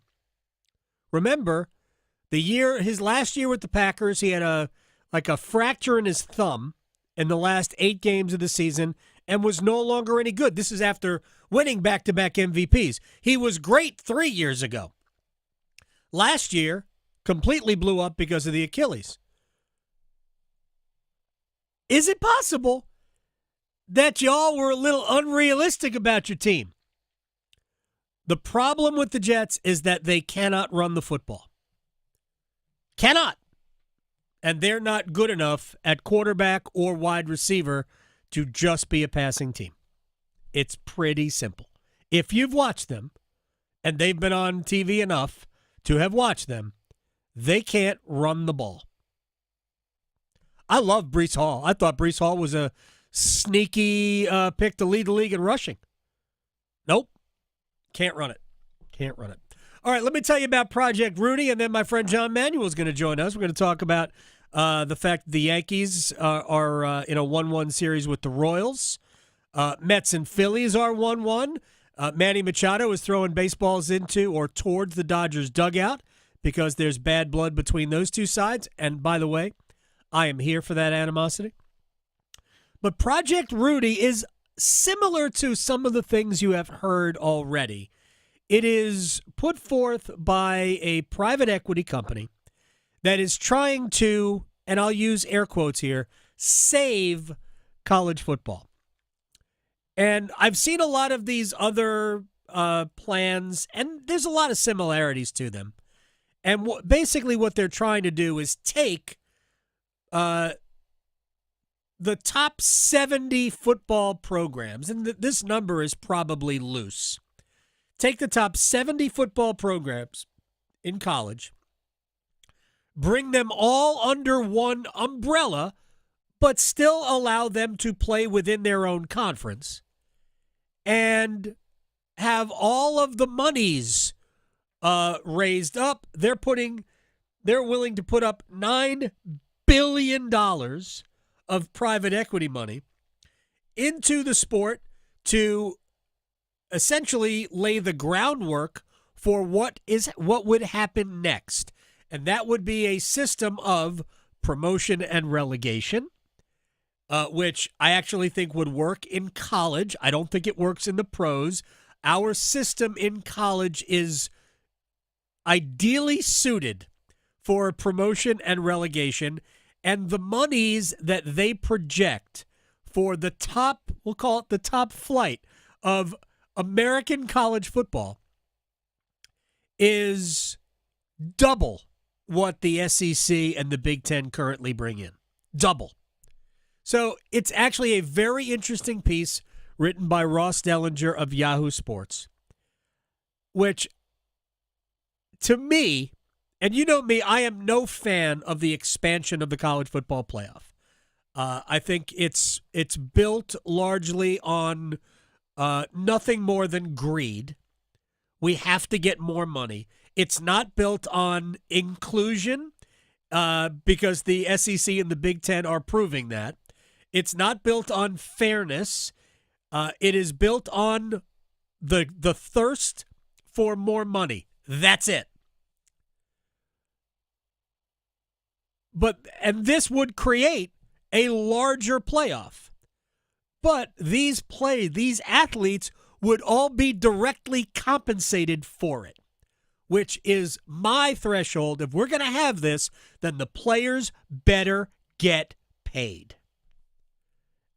And I think that would happen in this Project Rudy deal. So I encourage you to read it, but I will tell you the only reason why it will not happen. The only reason. And I'm telling you this now, hoping that when you read why it won't happen, you will call it for what it is, a lie. Right now, the SEC and the Big Ten, college football is a pie. The monies within college football, let's assign a figure to it. Let's say it's $10 billion. I haven't thought about what that number would be. The SEC and the Big Ten probably combine for about, let's just say $5 billion of it. Might be more. But let's just say those two leagues combined for half of it. Combined, they're 34 teams. There are 136 teams that play FBS football. So that means the other 100 divvy up the other $5 billion. Project Rudy would essentially not completely level the playing field, even though the SEC and the Big Ten, based on projections, would be making more money. But it would help the others survive a system right now that they probably cannot survive in the long term. So the reason why the SEC and Big Ten will be absolutely against this is because what do we care if everybody else can't play our game? That is why. That is greed. So it's not about competition. It's not about anything other than essentially squashing and squeezing out everybody else. That is why it won't happen. Promise. All right, let's get to baseball. Playoffs ongoing. Every series in the division round is 1-1. John Manuel, pro scout, former editor-in-chief of Baseball America, joins us on the Adam Gold Show. I have not spoken to you in way too long. You and I text a lot, but I have not spoken to you in a while. Honored that you'd carve out some time. So let me start with yesterday. Yankees in a little trouble? Yeah, I think when you get Carlos Rodon pitching like someone texted me during the game, that was like 2013 Carlos Rodon against Cuba. The first couple of innings. Right. I mean, he was electric. He was peak Carlos, but it just as it's been in his big league career, it doesn't last long enough. Right. And I guess when the Yankees score 2 runs, you're not going to win either. So I do think they're in trouble, and their starting pitching is iffy. All their pitching's kind of iffy. Yes. It's weird. The teams that have the best record in each league, to me, are the most vulnerable of the teams left. The Dodgers and the Yankees. I think that the greater baseball community, the industry, I should say, would like those two teams to be the flag bearers and to draw a lot of eyeballs and right. TV and make baseball matter. I think they're the least likely teams of the 8 left to make it. Just my opinion. I did not pick the Yankees or Dodgers to win to make it to the World Series. I picked the Yankees to get beyond the Royals, but I think Kansas City. Look, the Tigers are playing better than anybody in the American League right now. And it's between the Mets and the Padres for the teams playing the best baseball in the National League right now. That's fair. I mean, Padres, and I want to go to the San Diego-LA series next because that's getting spicy. But I think there's something to be said for not having a bye in the baseball playoffs. I just think that by not playing for 5 days, it hurts. I think, we have a small sample size, but the eye test tells us that you're right, that offensive rhythm, you can rest your pitchers, but if you don't have any good pitchers anymore, like the Dodgers, because they're literally all hurt. No offense to the Dodgers. Right. But I think if you use the app, the MLB app, and you go to the Dodgers roster, the asterisk on their roster means on the injured list. I think they literally have 12 starting pitchers on the injured list. It's just absurd. So, yes, I think the eyeball evidence is you lose a little rhythm, you lose a little cohesiveness maybe. I just think back to the 2006 Tigers with Jim Leland, where they got to the World Series against a not very good Cardinals team, and they were just so rusty. And we just have seen examples of this as baseball has expanded its postseason, and things just aren't symmetrical, where you see these layoffs affect teams. And Detroit is a team that, for the rest of the month, employee of the Minnesota Twins, they ran us down. I think they were 15 games better than the Twins in the last month of the season. And if they'd had to sit after that, maybe they lose some of that momentum. They clearly haven't lost any of that momentum. And I know they got shut out in the first game against Cleveland. I still think Detroit's talent level is not the way you would draw up a pennant-winning talent level. It's a good team. Right. But right now they have a plan, they have belief, and they don't have Javi Baez, and all those things are pointing them in a winning direction. John Manuel is joining us here, pro scout, former editor-in-chief of Baseball America, is joining us on the Adam Gold Show.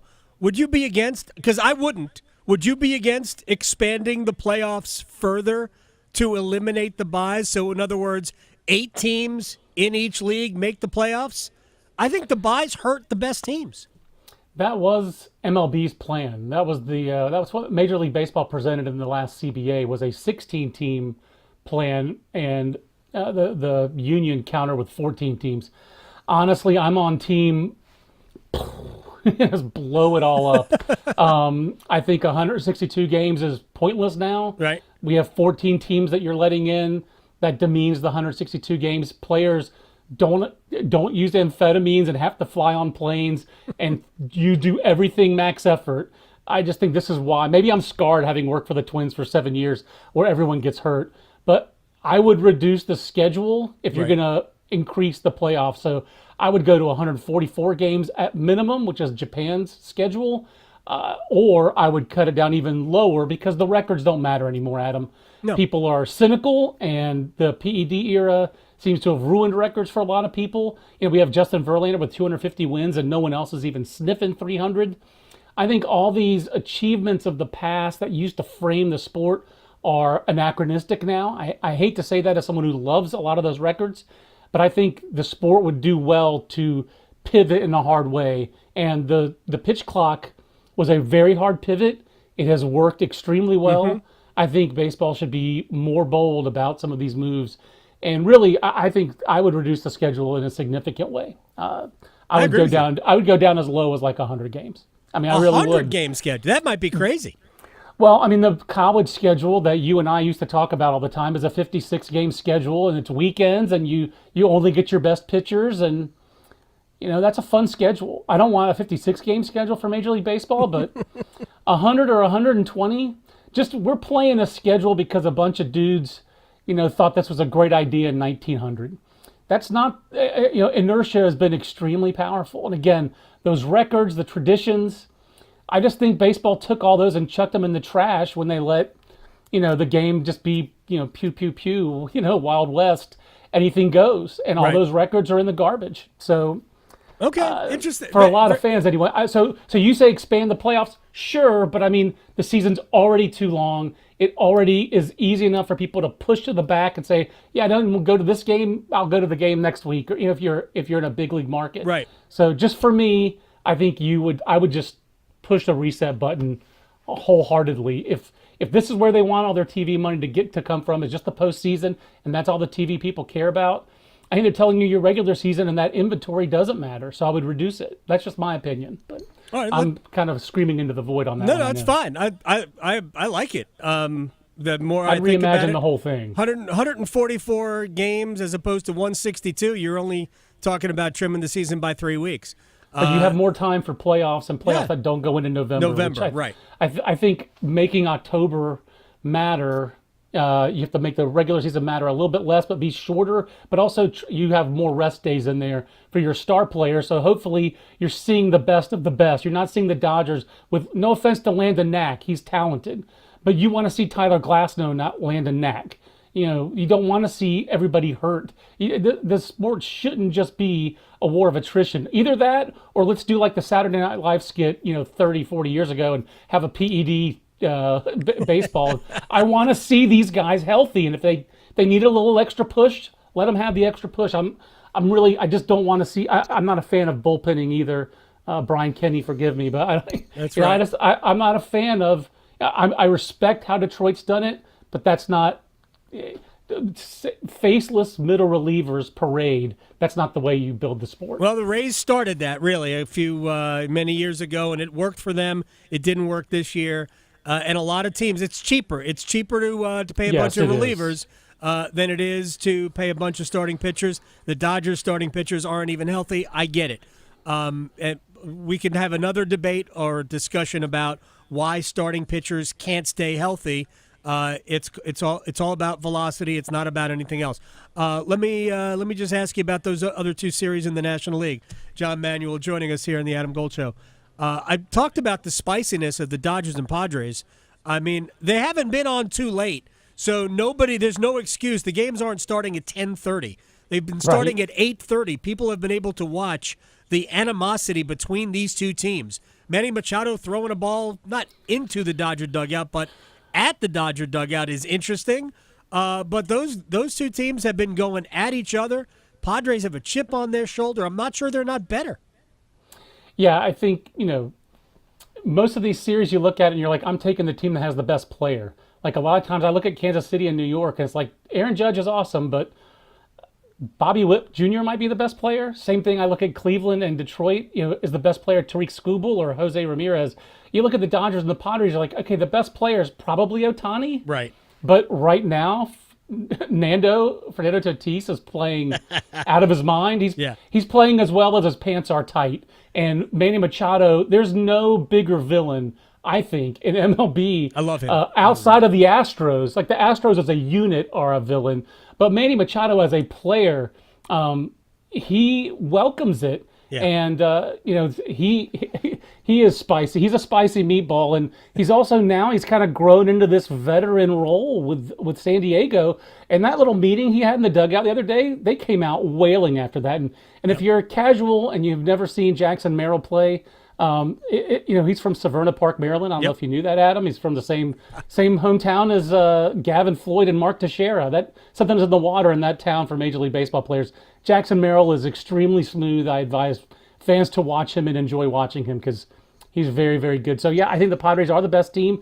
I just don't put anything past Ohtani. If you told me Ohtani started Game 5 for the Dodgers through a CG, both-handed, I just would believe it. They talked He's the about greatest athlete I've ever seen. They talked about the possibility of him pitching in the playoffs. I can't imagine that they would do that, knowing what they've invested in him as. They owe him $680 million. I know. I just can't imagine that they would risk using him in a playoff series when he hasn't pitched all year long. All right, real quick, Mets, Phillies. What gives the Mets have been resilient? I don't know. They're not as good as Philadelphia, obviously. But I've thought, while looking at the matchups, I would have rather played Philly than I would have rather played, in the San Diego. I think the Mets are better against the Phillies, I think, than they would be against the Brewers. They beat the Brewers. I was kind of surprised at that. But how do you see this series?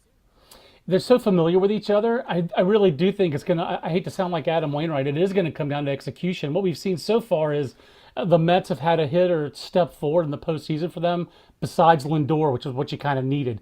It's mostly been Mark Vientos with a little side dash of Brandon Nimmo. But both these teams, they're just such top-heavy offenses. I mean, the 5-hole hitters are Jose Iglesias for the Mets. Oh my gosh! I mean, who saw that coming? I just wanted to see your reaction if I mix that in. And Philadelphia is like hitting Brandon Marsh 5-hole or Alec Boehm. Alec Boehm hits 5-hole, then they bench him the next day. Right, absolutely. These are top-heavy lineups. So For me, the Mets lineup just looks a little bit better. I would trust Alonso more than I trust Castellanos. So I think the Mets are a little bit better. Where I worry is I think Diaz looks gassed. So will Carlos Mendoza be creative enough to mix and match in the Mets bullpen? And the most important player back there might be David Peterson all of a sudden. I have a soft spot for Colorado prep left-handers, and David Peterson is one of those. If you listened to me back in the day of Baseball America, you heard that rant many, many, many times. I love Colorado high school pitchers and North Carolina high school pitchers in the draft, so I give a slight edge to the Mets because of my fandom for Colorado high school pitchers and David Peterson. And Peterson closed out the Brewer series. I appreciated the fact that Mendoza went to Edwin Diaz in the 7th inning because he felt that was the high leverage. He got him out of the 7th, but the 8th inning blew up in his face.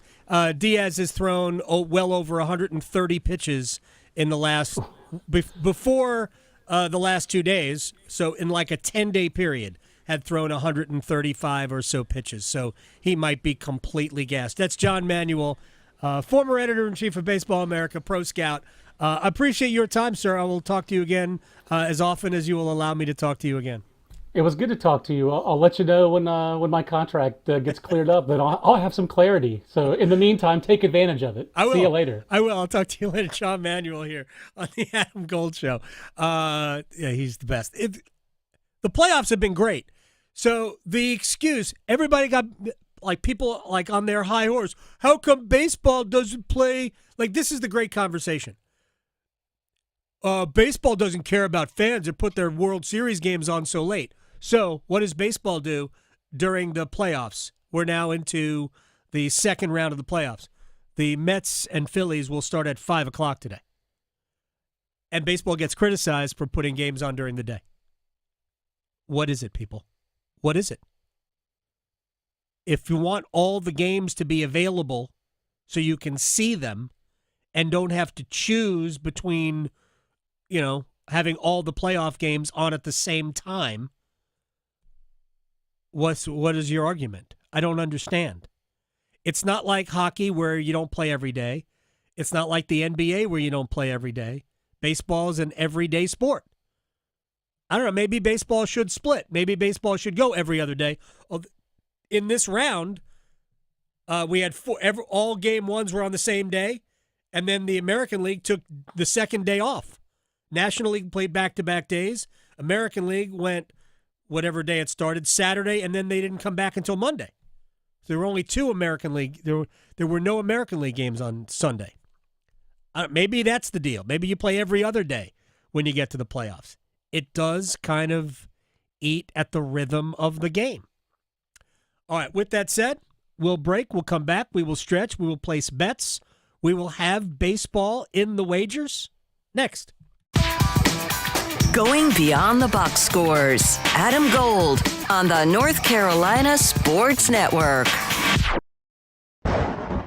When severe weather happens in the fall, it can cause power outages. Alternative Power, your North Carolina Generac service provider, reminds you to be ready. Trim branches from trees near your home. Secure loose outdoor items. Be prepared with food, water, flashlights, batteries, medications on hand, and a plan for your pets. Alternative Power guards homes against extended power outages with the Generac Home Standby Generator. Alternative Power, North Carolina's Generac experts. See more at alternativepower.com. Chances are you're not hearing this ad while topping 100 in your Aston Martin or taking a spin around town in your Rolls-Royce.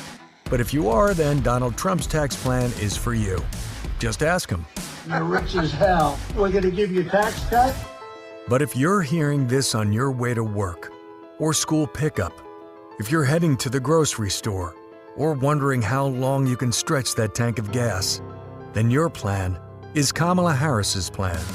She'll make the wealthy and big corporations pay their fair share so she can give the middle class a tax cut, as well as $25,000 for first-time home buyers, $6,000 for first-time parents, and a $50,000 tax deduction for starting a new business. Because that guy in the cyber truck that just zoomed by doesn't need another break. But Kamala Harris knows you sure could use one. Paid for by FFPAC, ffpac.org, not authorized by any candidate or candidates committee. FFPAC is responsible for the content of this advertising. The 2024 elections are just around the corner, and older voters are the nation's most active. The AARP North Carolina Voters Guide has information about upcoming election dates, registration deadlines, and voting options in North Carolina, such as voting by mail, early voting, or voting with a disability. Find the guide in the voters section at aarp.org/NC and listen each week to AARP Without Limits for important election news and much more. You can find the latest episodes of AARP Without Limits wherever you listen to your podcasts. Psst. Hello there. It's me, your internal clock. Yes, the one you sleep through on weekends. You've probably heard my TikToks, but I'm straight up sounding the bell now. It's almost time to start applying for college. That means you got transcripts to gather, letters of rec to request, and campus tours to schedule. But hey, we've got time, and we've got CFNC. CFNC.org can help us plan, apply, and pay for college. We got this, trust me. Just visit CFNC.org to help us stay on time. If you recently lost health coverage due to a life change, healthcare.gov is here for you. Like it was there for Marcus when he lost his job, and Keisha when she turned 26 and lost her parents' insurance, and Elena when she went off Medicaid. There are many other ways to qualify. Visit healthcare.gov today to see if you're eligible to enroll. Limited time to enroll. Paid for by the U.S. Department of Health and Human Services. Are you struggling with your Medicare drug costs? The NC Department of Insurance SHIP program may be able to help. The Extra Help and Medicare savings programs are available for those who qualify, but you have to apply. Contact SHIP today to see if you qualify. Visit ncshiip.com or call toll-free at 855-408-1212. SHIP provides free, unbiased help in all 100 counties. Project supported by grants from the Administration for Community Living. Contents do not necessarily represent official views of, nor an endorsement by ACL, HHS, or the U.S. government. You don't need a 4-year degree to have a rewarding career that makes a difference in people's lives every day. As a public power line worker, you'll build and maintain a locally owned and operated electric system to keep the lights on in your community. 4 months in a community college program provides the training you need to begin your career as an apprentice line worker in public power. And being a local government employee in North Carolina comes with excellent benefits. To learn more about line worker and other public power careers, visit electricities.com. This is Adam Gold. We had lightning hit a pretty large tree. Oh, yeah. About 150 yards from the house. It'll be my sign to go win the lottery. But you know what? I'm sorry, I can't. I have rules. If it's not over $1 billion, I'm not playing. Yeah, still just millions. The Adam Gold Show.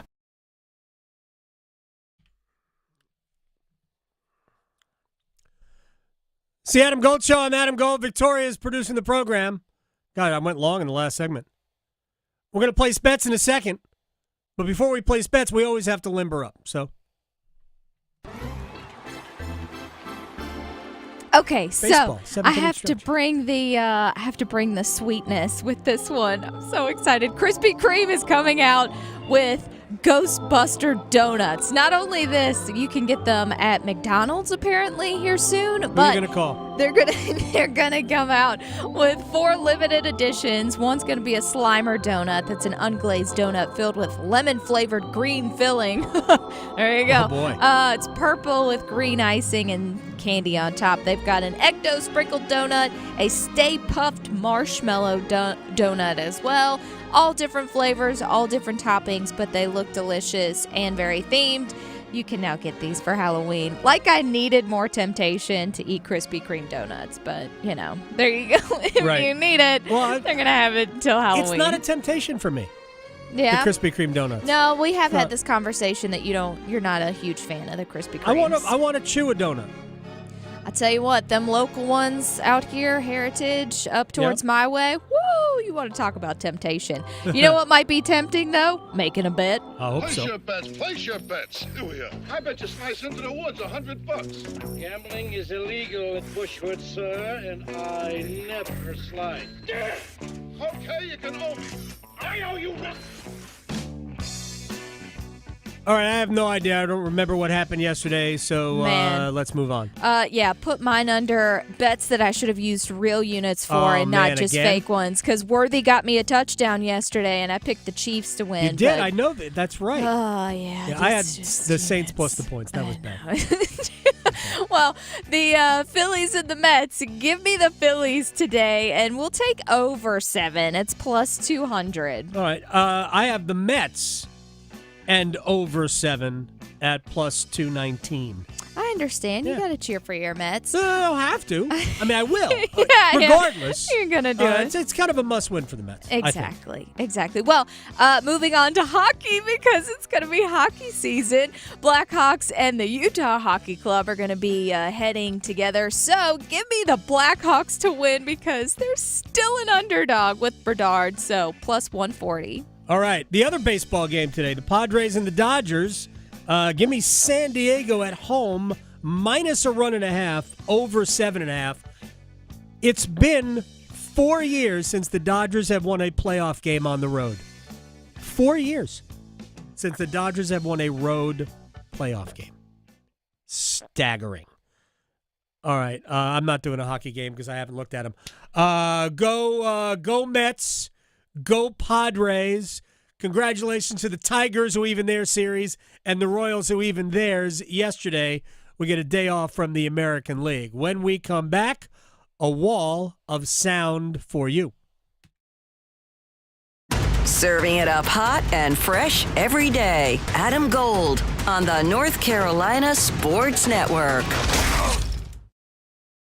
Hey, it's Adam Gold from my man, Coach Pete DeRuta, Capital Financial Advisory Group in Apex. He is the retirement planning guru, and he can help you cash in when you get to the financial red zone. What is the financial red zone? Well, you'll have to ask him. I can't help you with that. Certainly, that football team that plays from New York that played in London this week, they might have problems in the financial red zone. Anyway, if you want to get to retirement with all the money you'll need to do whatever it is you want to do, go see Coach Pete DeRuta.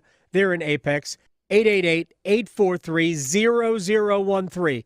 Call that number or text my name, Adam, to 600-700, and we're going to hook you up with a total customized retirement plan. This will get you everything you need to retire on your terms, and we're getting it to you for free. It's a $1,000 value for other people. 888-843-0013 for Coach Pete DeRuta. Listen every afternoon for The Drive with Tim Donnelly. For the first time this season, we are actually seeing what I believe the Panthers truly are. They weren't as bad as they were in week 1 and 2. They aren't as good as they were in week 3. They kind of are what they are in week 4. They're a team that is young. The defense is going to regress from last year, but with Andy Dalton, the offense shows a little sign of progress.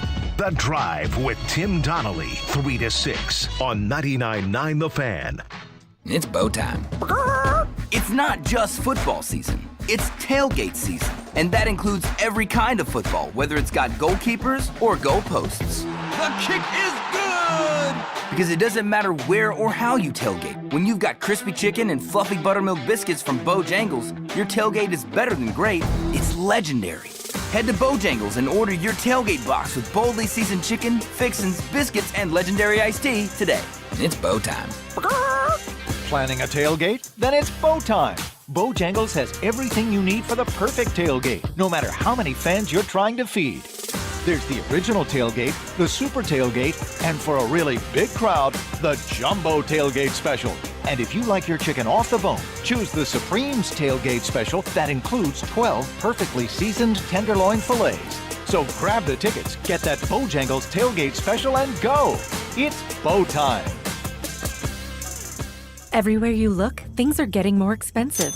So at Consumer Cellular, we're lowering the price for those 50 and up.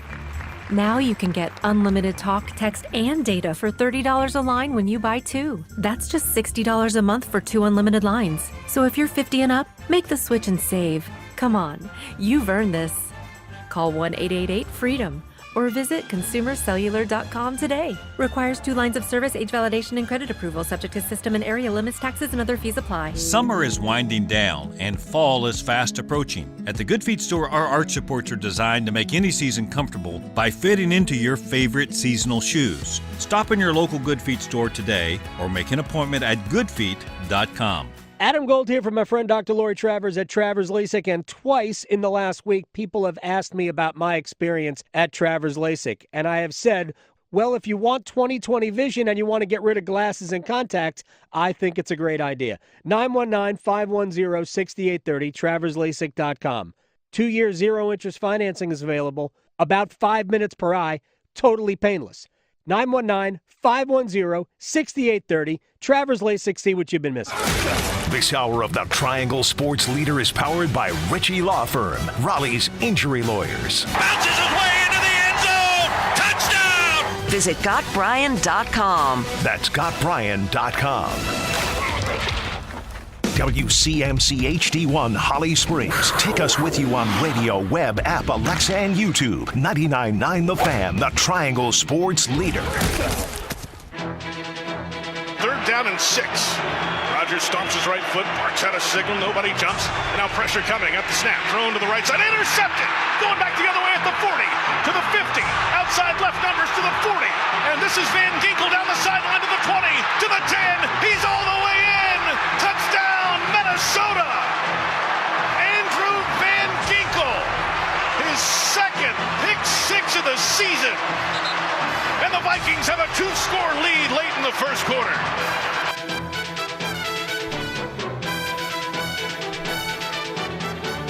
Is Rusty rubbing it in on Jets fans?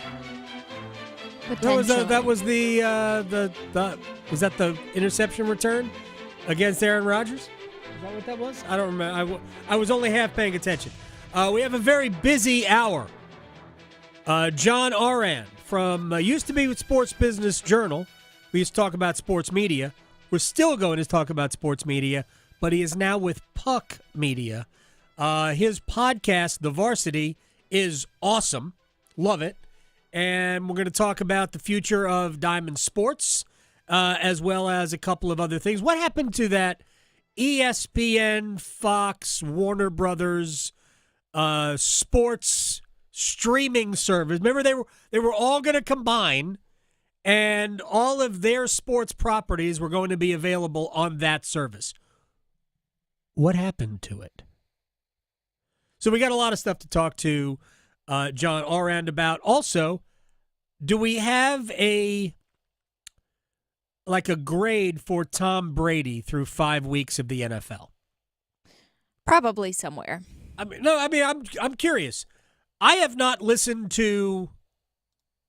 Honestly, I think I might have only caught him once. Yeah. I don't know if he's good or I really do not know if he is good or enough not to make a valid one. So, but I mean, it seems like from what I've seen is probably a total of maybe 15 minutes altogether. He's been okay. All right. Yeah. I mean, he's been fine. John Ourand will tell us. Yeah. Whether or not he thinks Tom Brady has been got a grade up to snuff. Also, for people who have gone to Hurricanes games, Ron the Ref will be in studio with us.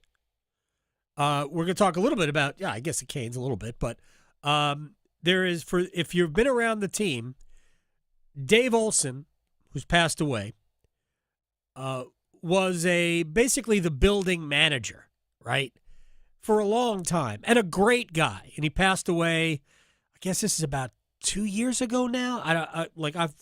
Time is like abstract to me. But there's a charity golf tournament, a fundraising golf tournament for in his honor. And we're going to talk a little bit about that, and we'll just talk about life around the arena, around the team. And we'll do that, and we'll have some fun with Ron the Ref. All right. Right now, Wall of Sound time. The Wall of Sound is a function of this studio. There's no doubt about it. All right, the big story today is the firing of Robert Saleh, the Jets head football coach, as opposed to the Jets having another head coach. The Jets head volleyball coach, Robert Saleh. And Stephen A. Smith was not surprised.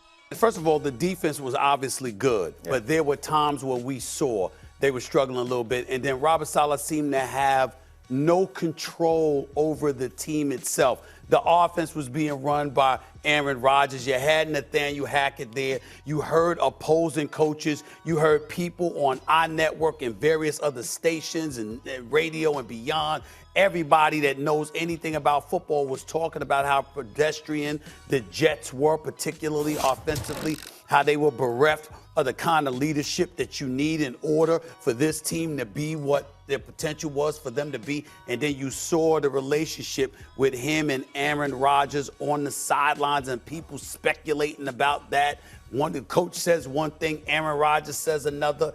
You just said to yourself, wait a minute, something is not right with this picture. Something has to be done. And sure enough, you saw what happened. I'm not happy for him. I'm never happy to see somebody get fired. But I'm not going to lie, this doesn't surprise me one bit.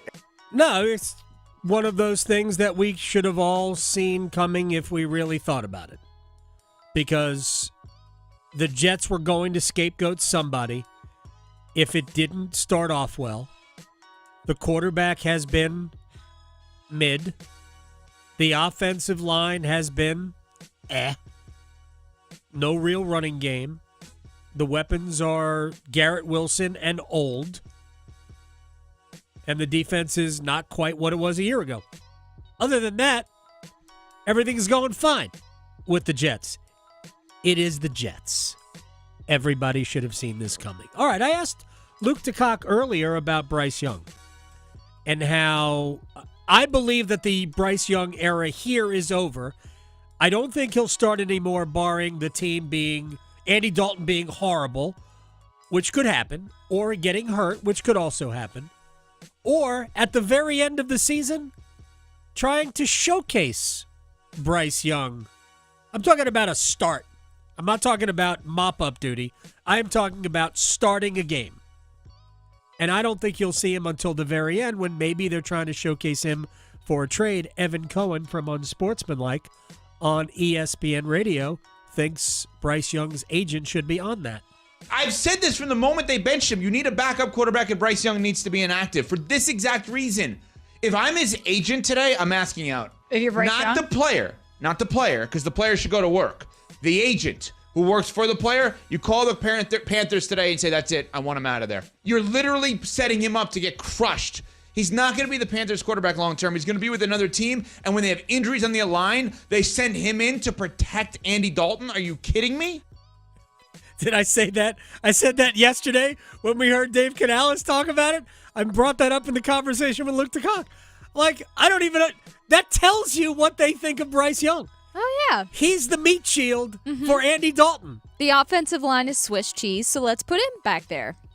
Yeah. It's incredible. Yeah. It's incredible. Last night, the Chiefs ran their record to 5-0 with a... Look, I'm not saying they weren't good. They were good last night. But if the Chiefs were the Chiefs, I mean really good, that wouldn't have been 26 points. Would have been way higher. Red zone was awful for them last night. 2 out of 7 in the red zone. Awful. Wow. Yes. Here's Patrick Mahomes on why they're 5-0. We've won different ways. I mean, at the end of the day, our defense is playing their tail off, and I think people are starting to come to realize that even more. And so even when we're getting these field goals, they're keeping us in these games. And so obviously offensively, we had a better day today, a lot of yards. Now it's about finding ways to finish with touchdowns in the red zone so we can make these leads bigger, faster, and then we can really let Spags be Spags. And I think if we can do that, we'll continue to get better and better as the year goes on. Here's the thing. If we were talking about a different team, if it wasn't the Chiefs, if that team were the Ravens, we would be going, that defense is so great, all they need is a little help from their offense. That's how we would be talking about it. But because it's the Chiefs and it's Patrick Mahomes and it's Andy Reid, we think offense first, and we forget that defense is among the very best in all of football.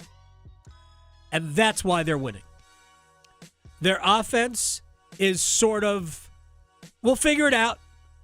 Defense going to help us out, but we'll figure out the offense. And by the way, we've got that number 15 who is Helps. The ultimate decider. All right. I talked about this earlier very briefly, and I think this is hysterical. So I saw this Ourand, meaning the words on the bottom of the television screen, on one of the ESPN shows today. Should the Steelers bench Justin Fields for Russell Wilson to improve their offense? And I laughed because I don't see how Russell Wilson is a better option at quarterback than Justin Fields. Rex Ryan. I would keep Justin Fields in there. You lost that game. It wasn't because of Justin Fields. Why would you do that? Why would you put Russell in there when this kid clearly has a chance to be your long-term solution? Why the hell would you go to Russell Wilson that you know you're borrowing for one season? Yeah, I'm going to disagree with one part of that with Rex. I don't think Justin Fields is any good either. But what Justin Fields gives you that Russell Wilson can't is a consistent quarterback run game. I don't think Justin Fields is the long-term answer at quarterback as a starter for anybody. I do think Justin Fields can be a valuable part, whether it's the Steelers or somebody else, as a backup. I think Justin Fields is a perfect backup quarterback. A guy who can come in. He's not incapable of throwing the ball, but his strength is all the other things that he does.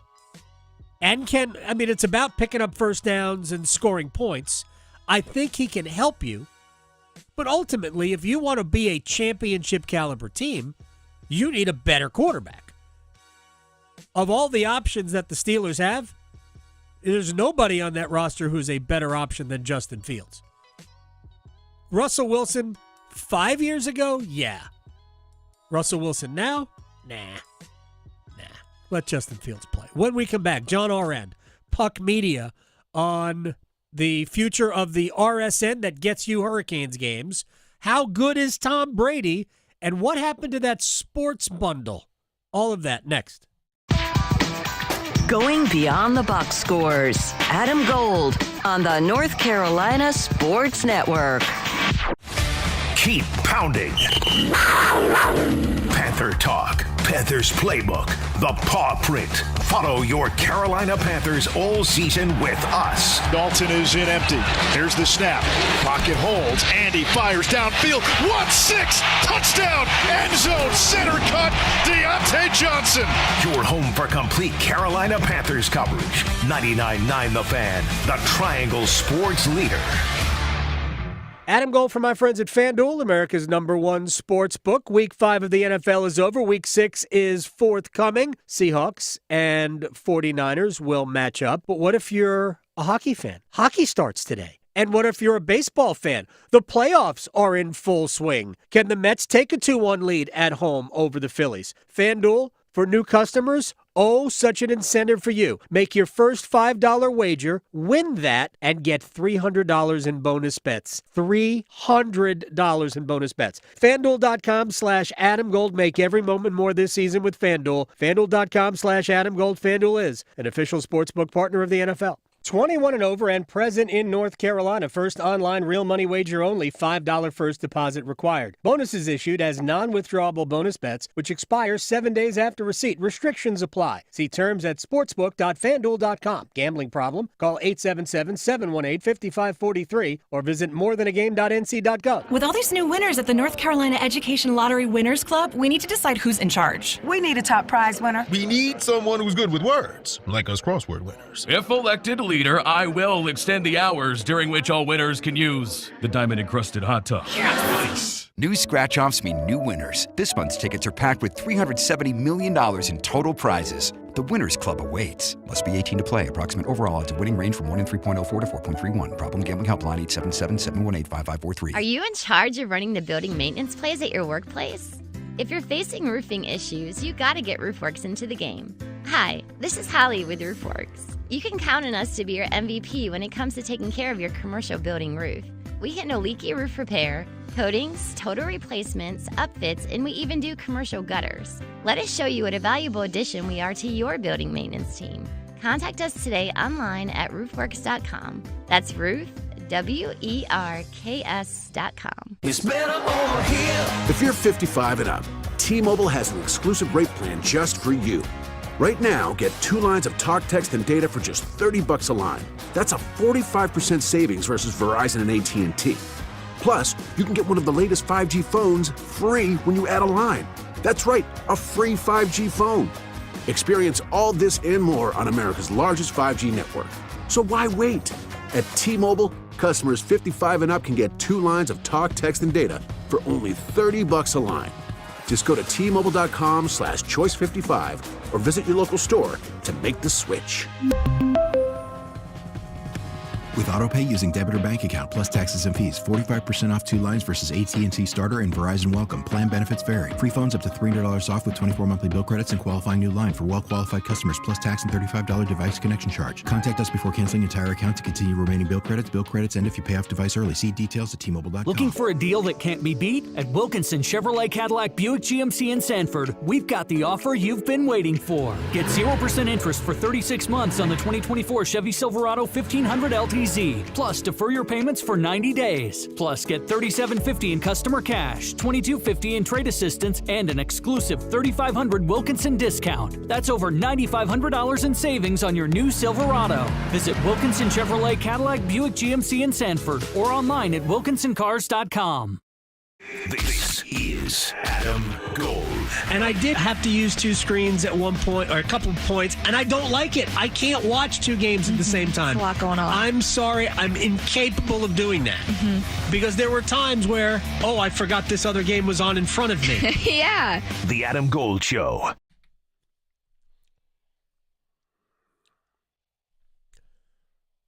It's the Adam Gold Show. I am Adam Gold, Victoria producing the program.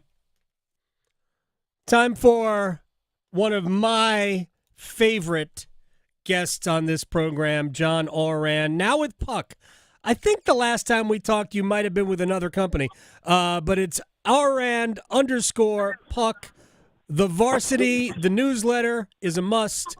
The Varsity, the podcast is phenomenal. I haven't listened to the Chris Berman episode yet, but I loved the Gary Bettman conversation. I find him fascinating and fun to talk about. Sometimes he can be combative, which is also good. I love it. How are you, John? Gary's funny. He's a senior statesman of professional sports commissioners. He's been doing it since the early 90s. Yep. And if your listeners remember David Stern, he grew up as an acolyte of David Stern. Yep. So when you say he's combative, he learned from the master of being combative. It's funny. The next time I talk to Gary, I'm serious about this. I want to ask him, you might have been a hockey fan, but you were probably more of a basketball guy growing up. So I am curious how he became. I think he's right about the sport and the future because of the viewership and the demographics that consume hockey. I think he's right about it. They could end up being the number 2 league certainly in North America, but that has tremendous potential in the NFL or in the NHL. Let me ask you this: I know I've been trying to talk to you for a while about Diamond Sports Group. They had a bunch of layoffs. They've been in bankruptcy court. My understanding through talking to a lot of people connected to the industry is that the one part of their RSNs that has been successful has been the one the Carolina Hurricanes are attached to, the one based in Atlanta. I guess it's Sports South or whatever it is, Southeast. What is the future for that, and can they be that local? Well, the RSN in Atlanta is successful because Diamond Sports has the Atlanta Braves to a long-term contract that's relatively affordable for Diamond. So they're not paying a ton on it. Right. There are other ones like the Texas Rangers in Dallas, that. Yep. That was they were losing money on that. The Padres, they were losing money on that. So they've tried to get out from under those. But the one in Atlanta, they're actually making some money on, and they still have the contracts. And despite what you just said about Diamond, They're in bankruptcy. They just went through a round of layoffs. They're going to come out of bankruptcy probably in the middle of next month, toward the end of the year, and they're going to move forward. And what they have said is that the Braves, RSN, there's going to be nothing, no changes to that one, which also means the Hurricanes and as well. It doesn't affect the hockey teams nearly as much because they don't get paid as high a rights fee as baseball. But it still is a pretty easy revenue stream for these hockey teams. John Ourand from Puck News is joining us here on the Adam Gold Show. I think it's going to be rebranded. It's not going to be Bally anymore, right? I think it's going to be FanDuel. FanDuel Sports TV. I'm not sure what the exact name is going to be, but the Bally deal is done, and they haven't actually signed the deal yet. But I think it's coming later this week. A deal with FanDuel to rename all of them. Do we want to wager? Never mind on what it would be called. What the exact name for? Look, Hurricanes fans have been really worried about this for a number of years. I had a conversation with former GM Don Waddell, I guess about a year and a half ago, and he goes, "Yeah, we're sort of keeping our eyes and ears open, but they thought all along that it would be successful, that it would be okay, and they really didn't want to go about the business of trying to find other places for people who are fans of other teams." There are other companies that dip their toe into this. Root Sports, Scripps is now part of it. What is the future for the RSN anywhere? Well, I don't want to actually answer that question about the future for the RSN because the RSN is going to be okay. But I do want to say, change is scary. And if you're a sports fan, you got a cable or satellite subscription, and you have access to all the games. And that isn't necessarily going away. What the good news for the fans are that you're going to be able to have so many different ways to watch your teams. They're all going to cost, so it may actually make you cost a little, make you pay a little bit more than you're currently doing right now. But you know how everybody. I mean, the biggest complaint I hear from fans is blackouts. Those blackouts are not instituted by the leagues; they're instituted by the RSNs, the regional sports networks, because they're spending all of this money on a team's rights. It's going to black it out so that you can't compete against it within a certain territory. So once you get rid of that exclusivity, blackouts are going to go away. It's going to be easier for you to watch different teams' games within your market. And for fans, it's actually not going to be that bad moving forward. It's just going to be a little bit messy for a season or two as we try to get there. Yeah, the blackout rule. I mean, for people who you get the center ice, which is now through ESPN Plus, or if you wanted to get the whole baseball package. Like here in North Carolina, I couldn't watch the Orioles. Like if you moved to North Carolina, John, you would not be able to watch your Orioles on ESPN. You would have to get, I think, satellite, which would have Masson. You couldn't watch it otherwise. Isn't that insane? And dumb. That's because the Orioles had that all of North Carolina going all the way up to Philadelphia. There was a big market there, and it was like it was great if you were able to get Masson. But all the cable operators, Time Warner Cable back in the day, it's Charter now, I guess, said no, Masson costs too much, so we're not going to get it. So you were just out of luck for watching that team. Yeah, the Orioles in North Carolina is an excellent example of how blackouts just really frustrated fans and just didn't work. Yeah, we have a problem here in North Carolina. We don't have a Major League Baseball team, but we can't watch the Braves. We can't watch the Orioles or the Nationals or, in some places, the Cincinnati Reds. It is bizarre. I didn't realize Cincinnati went all the way that way. That's crazy. In the western part of the state, you can't watch the Reds. John Ourand, Puck News, is joining us here on the Adam Gold Show. The sports bundle that was going to be ESPN, Fox, and Warner Brothers Discovery. I believe those were the three entities that were combining to create this sports streaming service. Where are we with that? Would it be so expensive that nobody would get it? There's so many options, but I just don't know how they could get together and do this. But where are we with something like that? Well, right now it's in the courts, and so on antitrust grounds, there's another distributor, Fubo TV, that sued them. They put it on hold. It's always a foolhardy to predict what's going to happen once it gets into a court of law. But I don't come on the show that often, so I'll do that, Adam. People I talk to, it seems very unlikely that it's going to see the light of day. We'll see what happens when it comes through, but at this time next year, ESPN will have launched a direct-to-consumer service for that it's calling ESPN Flagship now, where you can watch ESPN2, ESPN News, ESPNU, all these different.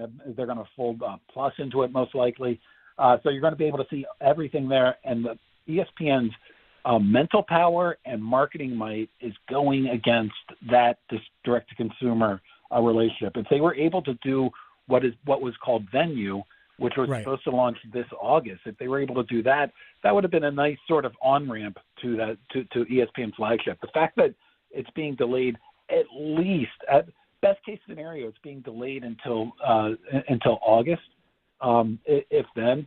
And by then, ESPN's going to have to be focused on something else. So I'm very, very skeptical that it will see the light of day. If it had seen the light of day, I was actually more bullish on it than most other observers. I think that, for the price point in the mid $40, you get all of ESPN, all of Fox, and all of Warner Brothers Discovery, which is, TNT, TBS, et cetera. And then you can add on Peacock to see NBC and Paramount Plus to see CBS. You'd be paying around $60. That's a pretty good rate compared to what people pay for Charter right now. Yeah, for all sports, and we're a YouTube TV household, so we have access to some of this. I also add Peacock, and I don't know what other streaming services we have. What would ESPN Flagship, which I would imagine would get you everything from ESPN, including the ACC network, the SEC network. If the Longhorn Network is still spitting some programming out, what would the ESPN Flagship run a month? I forgot we were in ACC country. Of course, you will be able to see ACC Network on Flagship. They haven't come out with an actual price for it yet. I'm expecting something south of $30 for that, but that's for all that programming right there. So, what would that do? Because I would imagine if you're ESPN. Do you pull your stuff off of YouTube TV and just go direct to consumer? Oh no, they're a long way from that. YouTube TV pays them upwards of $10 per subscriber per month for it. So they like having it on YouTube TV. YouTube TV. Some people consider. I don't know if you consider that you've cut the cord and you went to YouTube TV. It's the same. Most people consider it that you just went from one bundle to another bundle, and so. The way ESPN views this is that you're a bundled subscriber and you're valuable, and they want to do that. But there are plenty of people, tens of millions of people that don't subscribe to a bundle, and this is a way to attract those people. And if you migrate from the bundle to ESPN Flagship, then they'll get you too. This is just sort of a way to put their not necessarily make a bet on bundle versus streaming, but just to make sure their programming is everywhere. I pay for ESPN Plus, which is separate, and I do that for two things. One, I get to read extra content online, but I also get the ESPN Plus app on my television. It's all under the same umbrella. Does that go away? Do I have to then go to ESPN Flagship, or can I just do the ESPN Plus, which is now probably $11 a month? Yeah, they haven't announced that yet. Most likely it's going to be folded into Flagship. But I am curious about ESPN Plus because you mentioned that you do it to read stories, which is a great reason to do it, especially like with fantasy and everything else. Do you watch anything off of that? Yeah, do they sometimes. Have any rights that go exclusively to Plus that you're interested in? Yeah, the hockey games that the Canes are on the road on ESPN Plus. Right. So hockey games. There are other like college football or college basketball games that I will watch. FA Cup matches. English soccer. So they have there's a lot of content there that I like. So I am into it.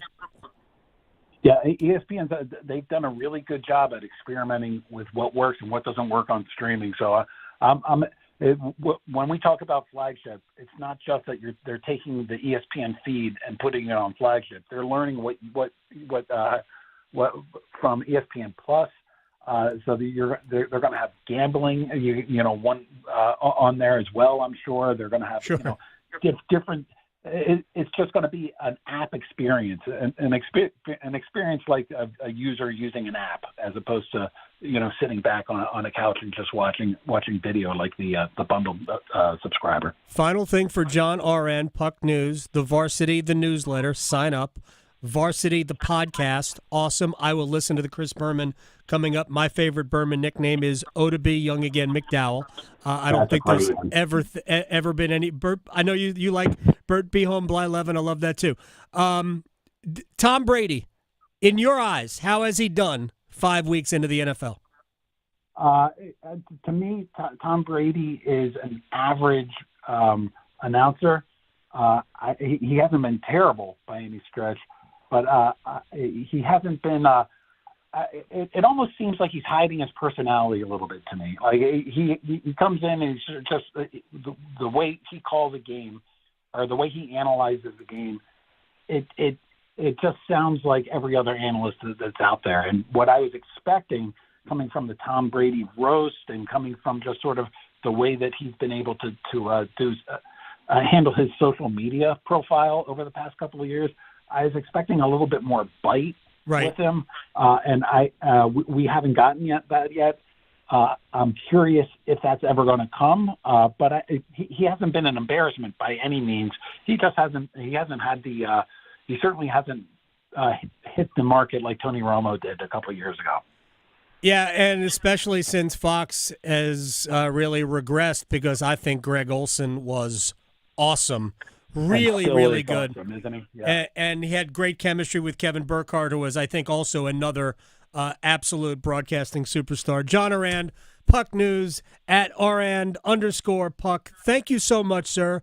Always love catching up. Great, man. I'll come on anytime. Thank you for having me. You got it. Thank you very much, John Ourand. When we come back, the greatest referee in the history of intermission hockey, Ron the Ref. In studio next.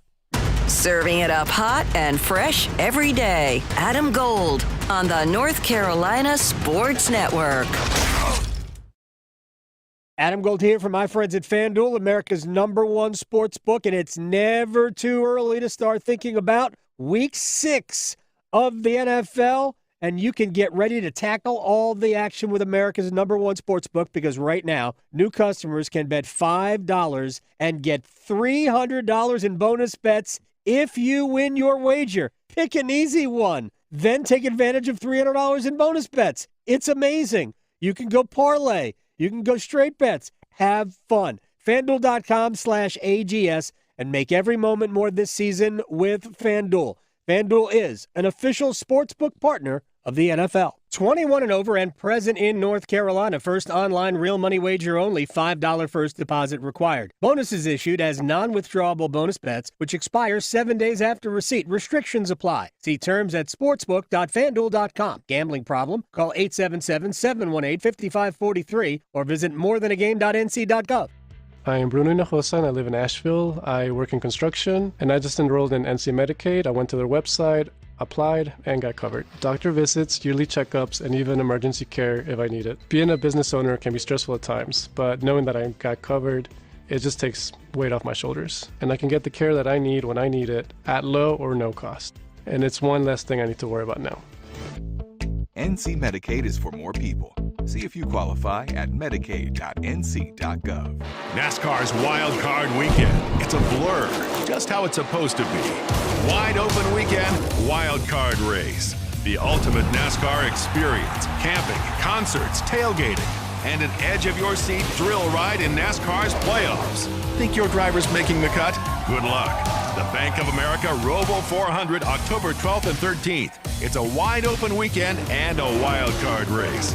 Get your tickets today at charlottemotorspeedway.com. Chances are you're not hearing this ad while topping 100 in your Aston Martin or taking a spin around town in your Rolls Royce. But if you are, then Donald Trump's tax plan is for you. Just ask him. You're rich as hell. We're going to give you a tax cut? But if you're hearing this on your way to work or school pickup, if you're heading to the grocery store or wondering how long you can stretch that tank of gas, then your plan is Kamala Harris's plan. She'll make the wealthy and big corporations pay their fair share so she can give the middle class a tax cut, as well as $25,000 for first-time home buyers, $6,000 for first-time parents, and a $50,000 tax deduction for starting a new business. Because that guy in the cyber truck that just zoomed by doesn't need another break. But Kamala Harris knows you sure could use one. Paid for by FFPAC, ffpac.org, not authorized by any candidate or candidates committee. FFPAC is responsible for the content of this advertising. The 2024 elections are just around the corner, and older voters are the nation's most active. The AARP North Carolina Voters Guide has information about upcoming election dates, registration deadlines, and voting options in North Carolina, such as voting by mail, early voting, or voting with a disability. Find the guide in the voters section at aarp.org/NC and listen each week to AARP Without Limits for important election news and much more. You can find the latest episodes of AARP Without Limits wherever you listen to your podcasts. Psst. Hello there. It's me, your internal clock. Yes, the one you sleep through on weekends. You've probably heard my TikToks, but I'm straight up sounding the bell now. It's almost time to start applying for college. That means you got transcripts to gather, letters of rec to request, and campus tours to schedule. But hey, we've got time, and we've got CFNC. CFNC.org can help us plan, apply, and pay for college. We got this, trust me. Just visit CFNC.org to help us stay on time. This is Adam Gold.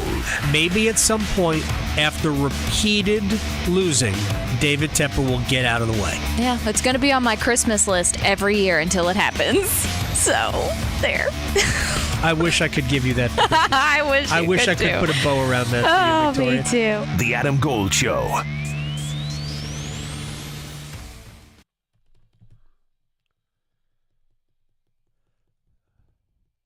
It's the Adam Gold Show. I am Adam Gold. Joined in studio by the single greatest referee in the history of intermission hockey, Ron the Ref, Ron Biscotti. Wow. Man, we miss you. We miss you. Look, they do a good job in intermissions over there, Jatovi. They're playing game shows. We got auto racing on the ice, and we got human bowling. But, man, I miss you skating around with the armband on. I miss doing it, too. I really do. I miss the fans. I miss going out there and just having a good time. It was a lot of fun. I really do miss it. But you're actually an actual referee. I am, yeah. I'm a USA Hockey certified official. I do train referees, too. So, yeah, I've been doing that since 1985.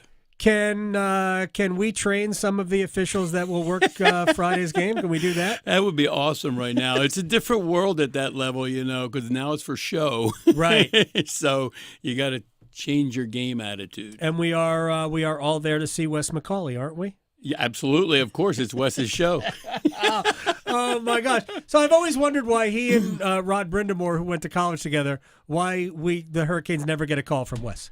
I don't know why. Maybe he doesn't want to show any favoritism because he knows Roddy for so long. So yeah, that could be. There's got to be some tension there. All right. Yeah. So, reason you are in studio it's embarrassing that I don't remember exactly when.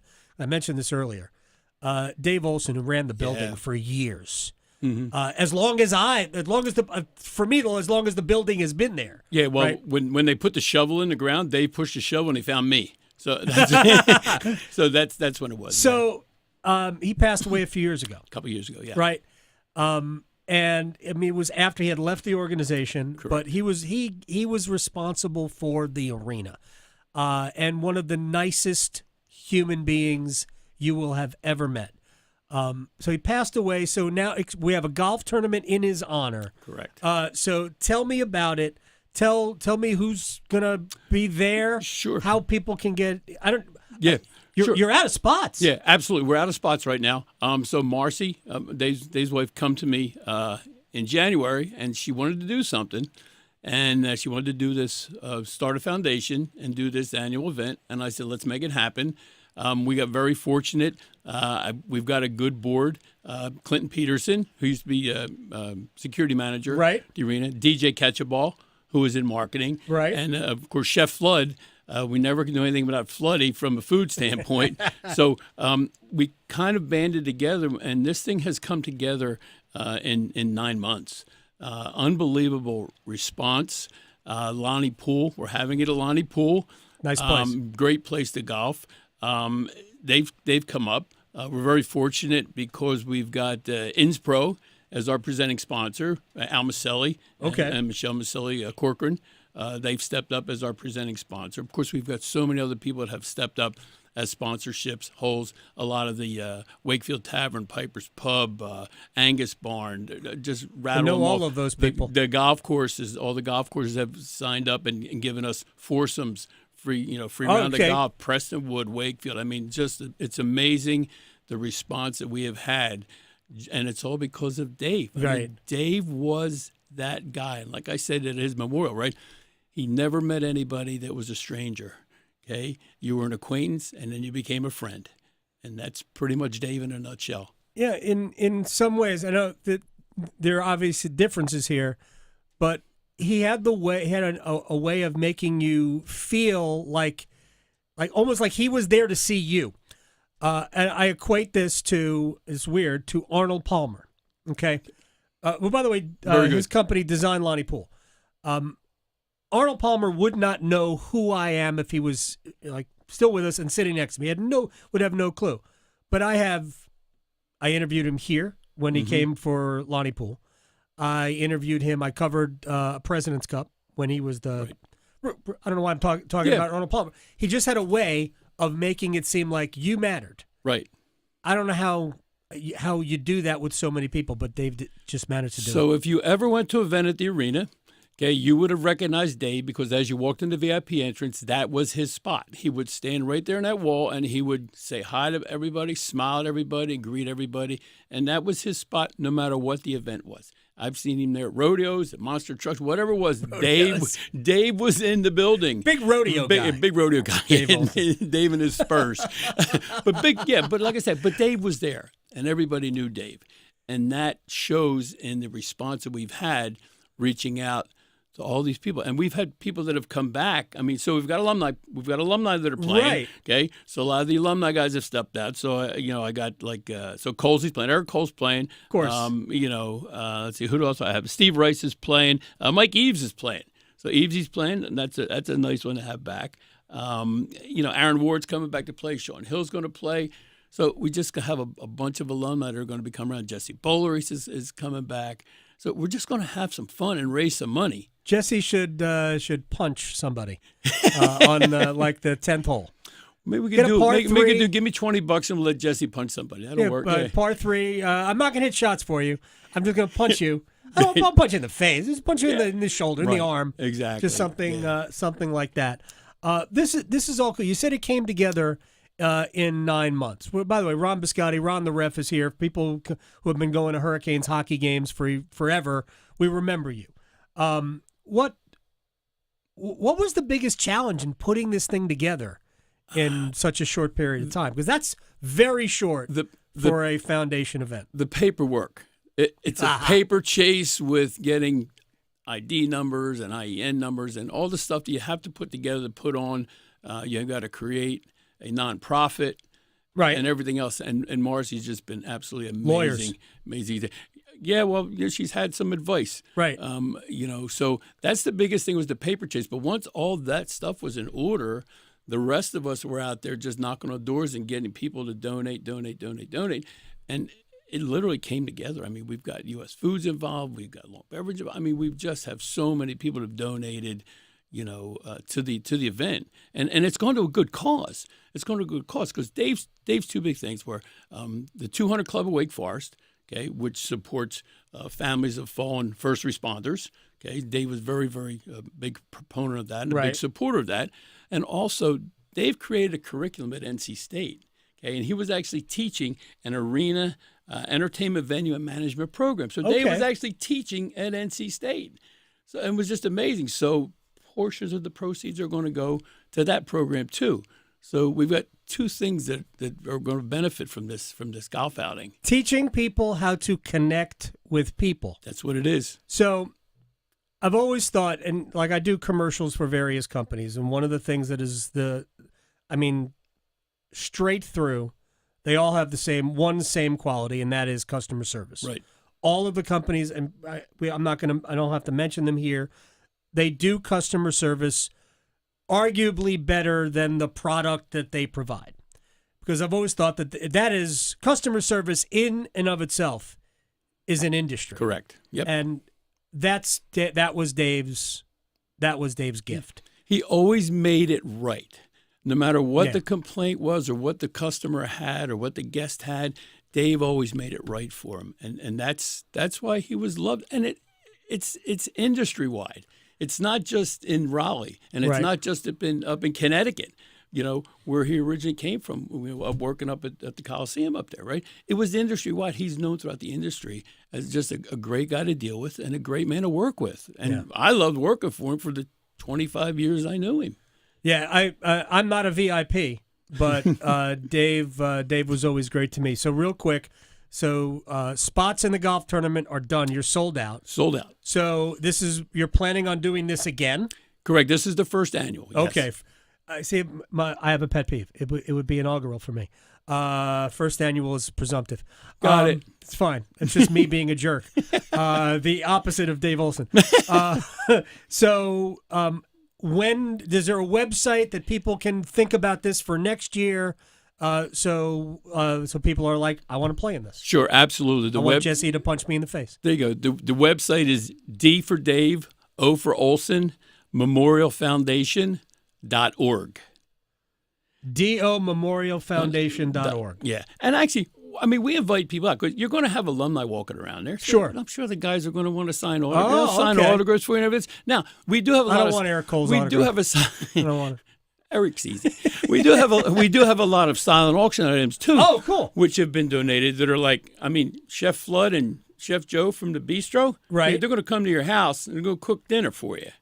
Are you serious? Yeah. So that's one of the things we have. We have a bourbon basket. We have wine baskets. We have, just so many things. Can I bid online or do I have to come out? I think you got to come out. Okay. We need to see you out there. All right. We need your face in the places, they say. So it's Monday, October 14th at Lonnie Pool. Next Monday. Yep, next Monday.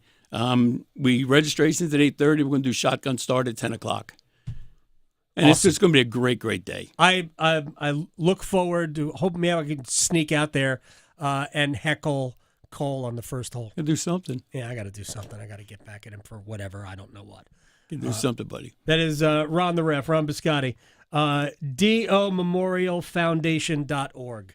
Appreciate you. Absolutely. Thanks for having me on, buddy. Hey, thank you very much. All right, earlier I talked to Luke DeCock of the News and Observer. We talked about the Panthers and Bryce Young, and I wanted his read, we've talked about it, on where the Panthers are. Do you think Bryce is done? I don't think it is. It wouldn't surprise me if it was, because there's been very little to suggest. Not that he's going to be a good NFL quarterback, although I think you can certainly make that argument. I just think there's very little to suggest he'll ever be successful here. Right. It just seems like both player and team need a change of scenery. The thinking in trading up for him was always flawed. There's no second guessing there. My position on it was I wouldn't do this, but if you're going to trade up, if you're going to trade up and give up a first-round pick the next year, which I think is dumb, and B, if you're going to do it to take Bryce Young and not C.J. Stroud, you better be right. And it's obvious that they weren't. They got this one wrong. Physically, at this point, he isn't capable of playing quarterback in the NFL, and they haven't put him in a position to succeed. That's a very dangerous combination. So, I could a year behind Andy Dalton, another off season, you come back next year and see what he can do.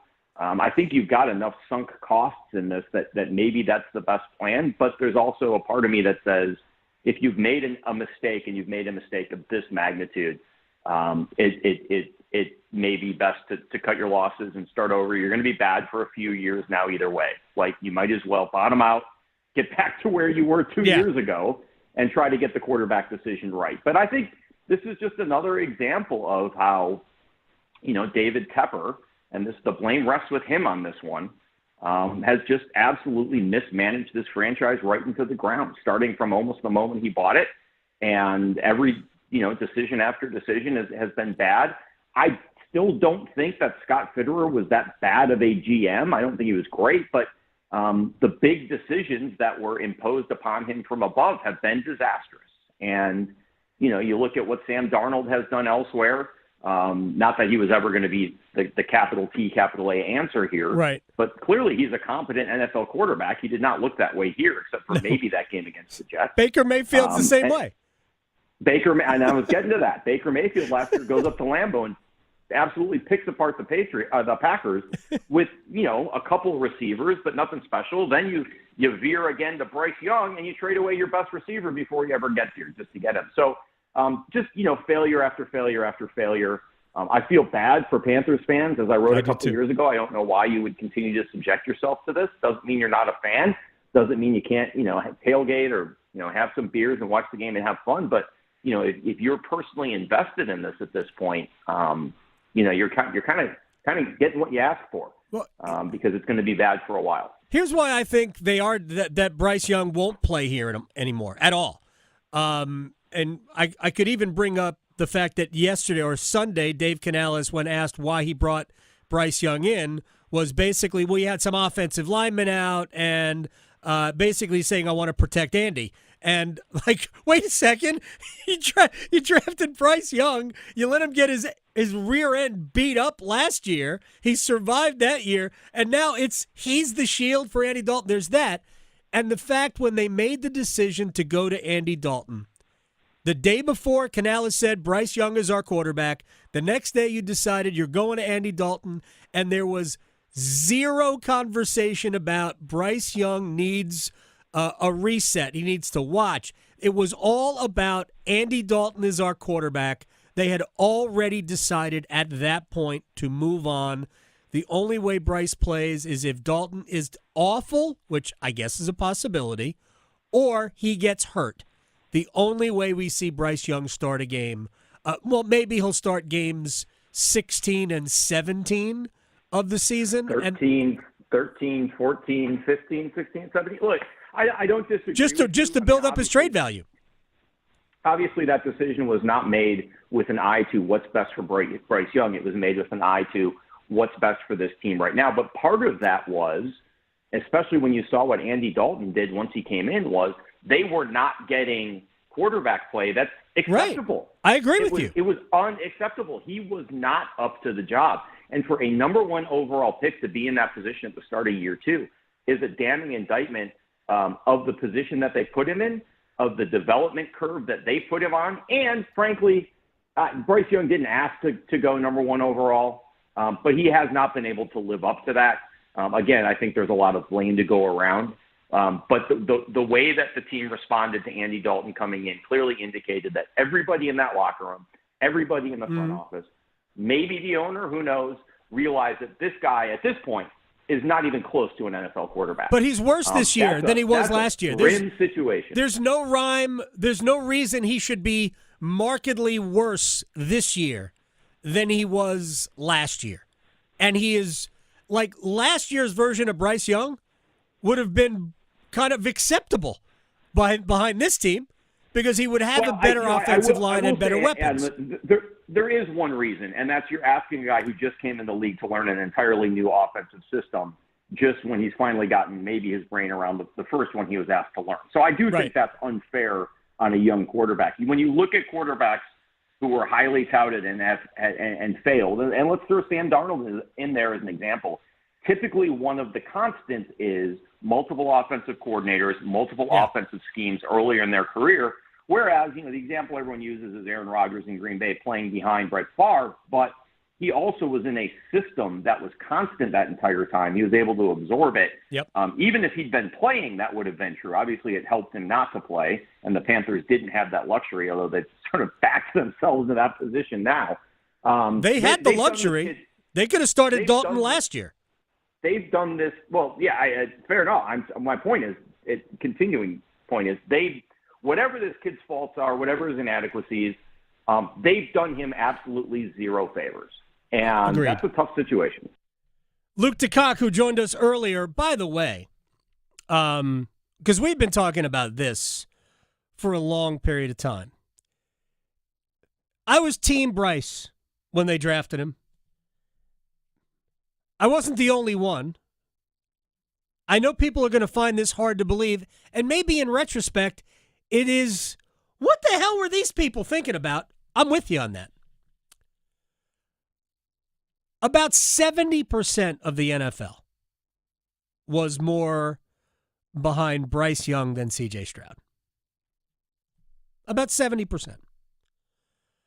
Including the team that drafted C.J. Stroud, number 2. Had they gotten the first overall pick, they would have taken Bryce Young. Regardless of all of that. The reality of the situation is that Bryce will not work here. Nobody will admit it, but it almost looked like Dave Canales was trying to prove that Bryce couldn't play than he could. Anything they say about Bryce being still the quarterback of the future here is a farce, because they never acted the day they made the decision to go to Andy Dalton. They never acted like this is temporary. Bryce will be there eventually. They had plenty of opportunity to say it and never did. Dave Canales told you all about it when he said, we went to Bryce because, we had some offensive linemen out. Exactly why they wouldn't let Bryce play during the preseason, because they didn't have a whole offensive line. And they basically said they wanted to protect Andy. It's okay.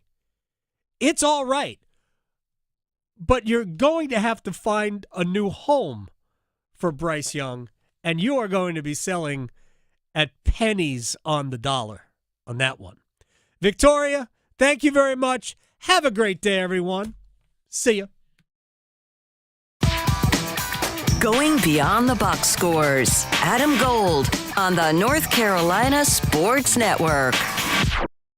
The Kansas City Chiefs have a new option on the field who showed up big last night. So if you happen to have Kareem Hunt as an anytime touchdown scorer, you also won. I'm Victoria Vodnecker here for BetMGM, and we wrapped up week 4 of the NFL, but the MLB playoffs are keeping things interesting right now with back and forth wins in every series. Also, the NHL regular season really kicks off here in the States with 3 separate matchups starting this afternoon. So whether you're more into football, baseball, or hockey bets, BetMGM has you covered with plenty of options to choose from. But with all of the sports avenues, you can dive into the details when you use the BetMGM app, and you'll be able to make wagers using the money line, same game parlays, live bets, prop bets, and BetMGM has fun daily promotions. All brought to you by BetMGM, the sportsbook born in Vegas. Download the app today and please gamble responsibly. See BetMGM.com for terms. 21 plus only, North Carolina only. Gambling problem? Call 877-718-5543 or visit morethanagame.nc.gov. It's bow time. It's not just football season. It's tailgate season, and that includes every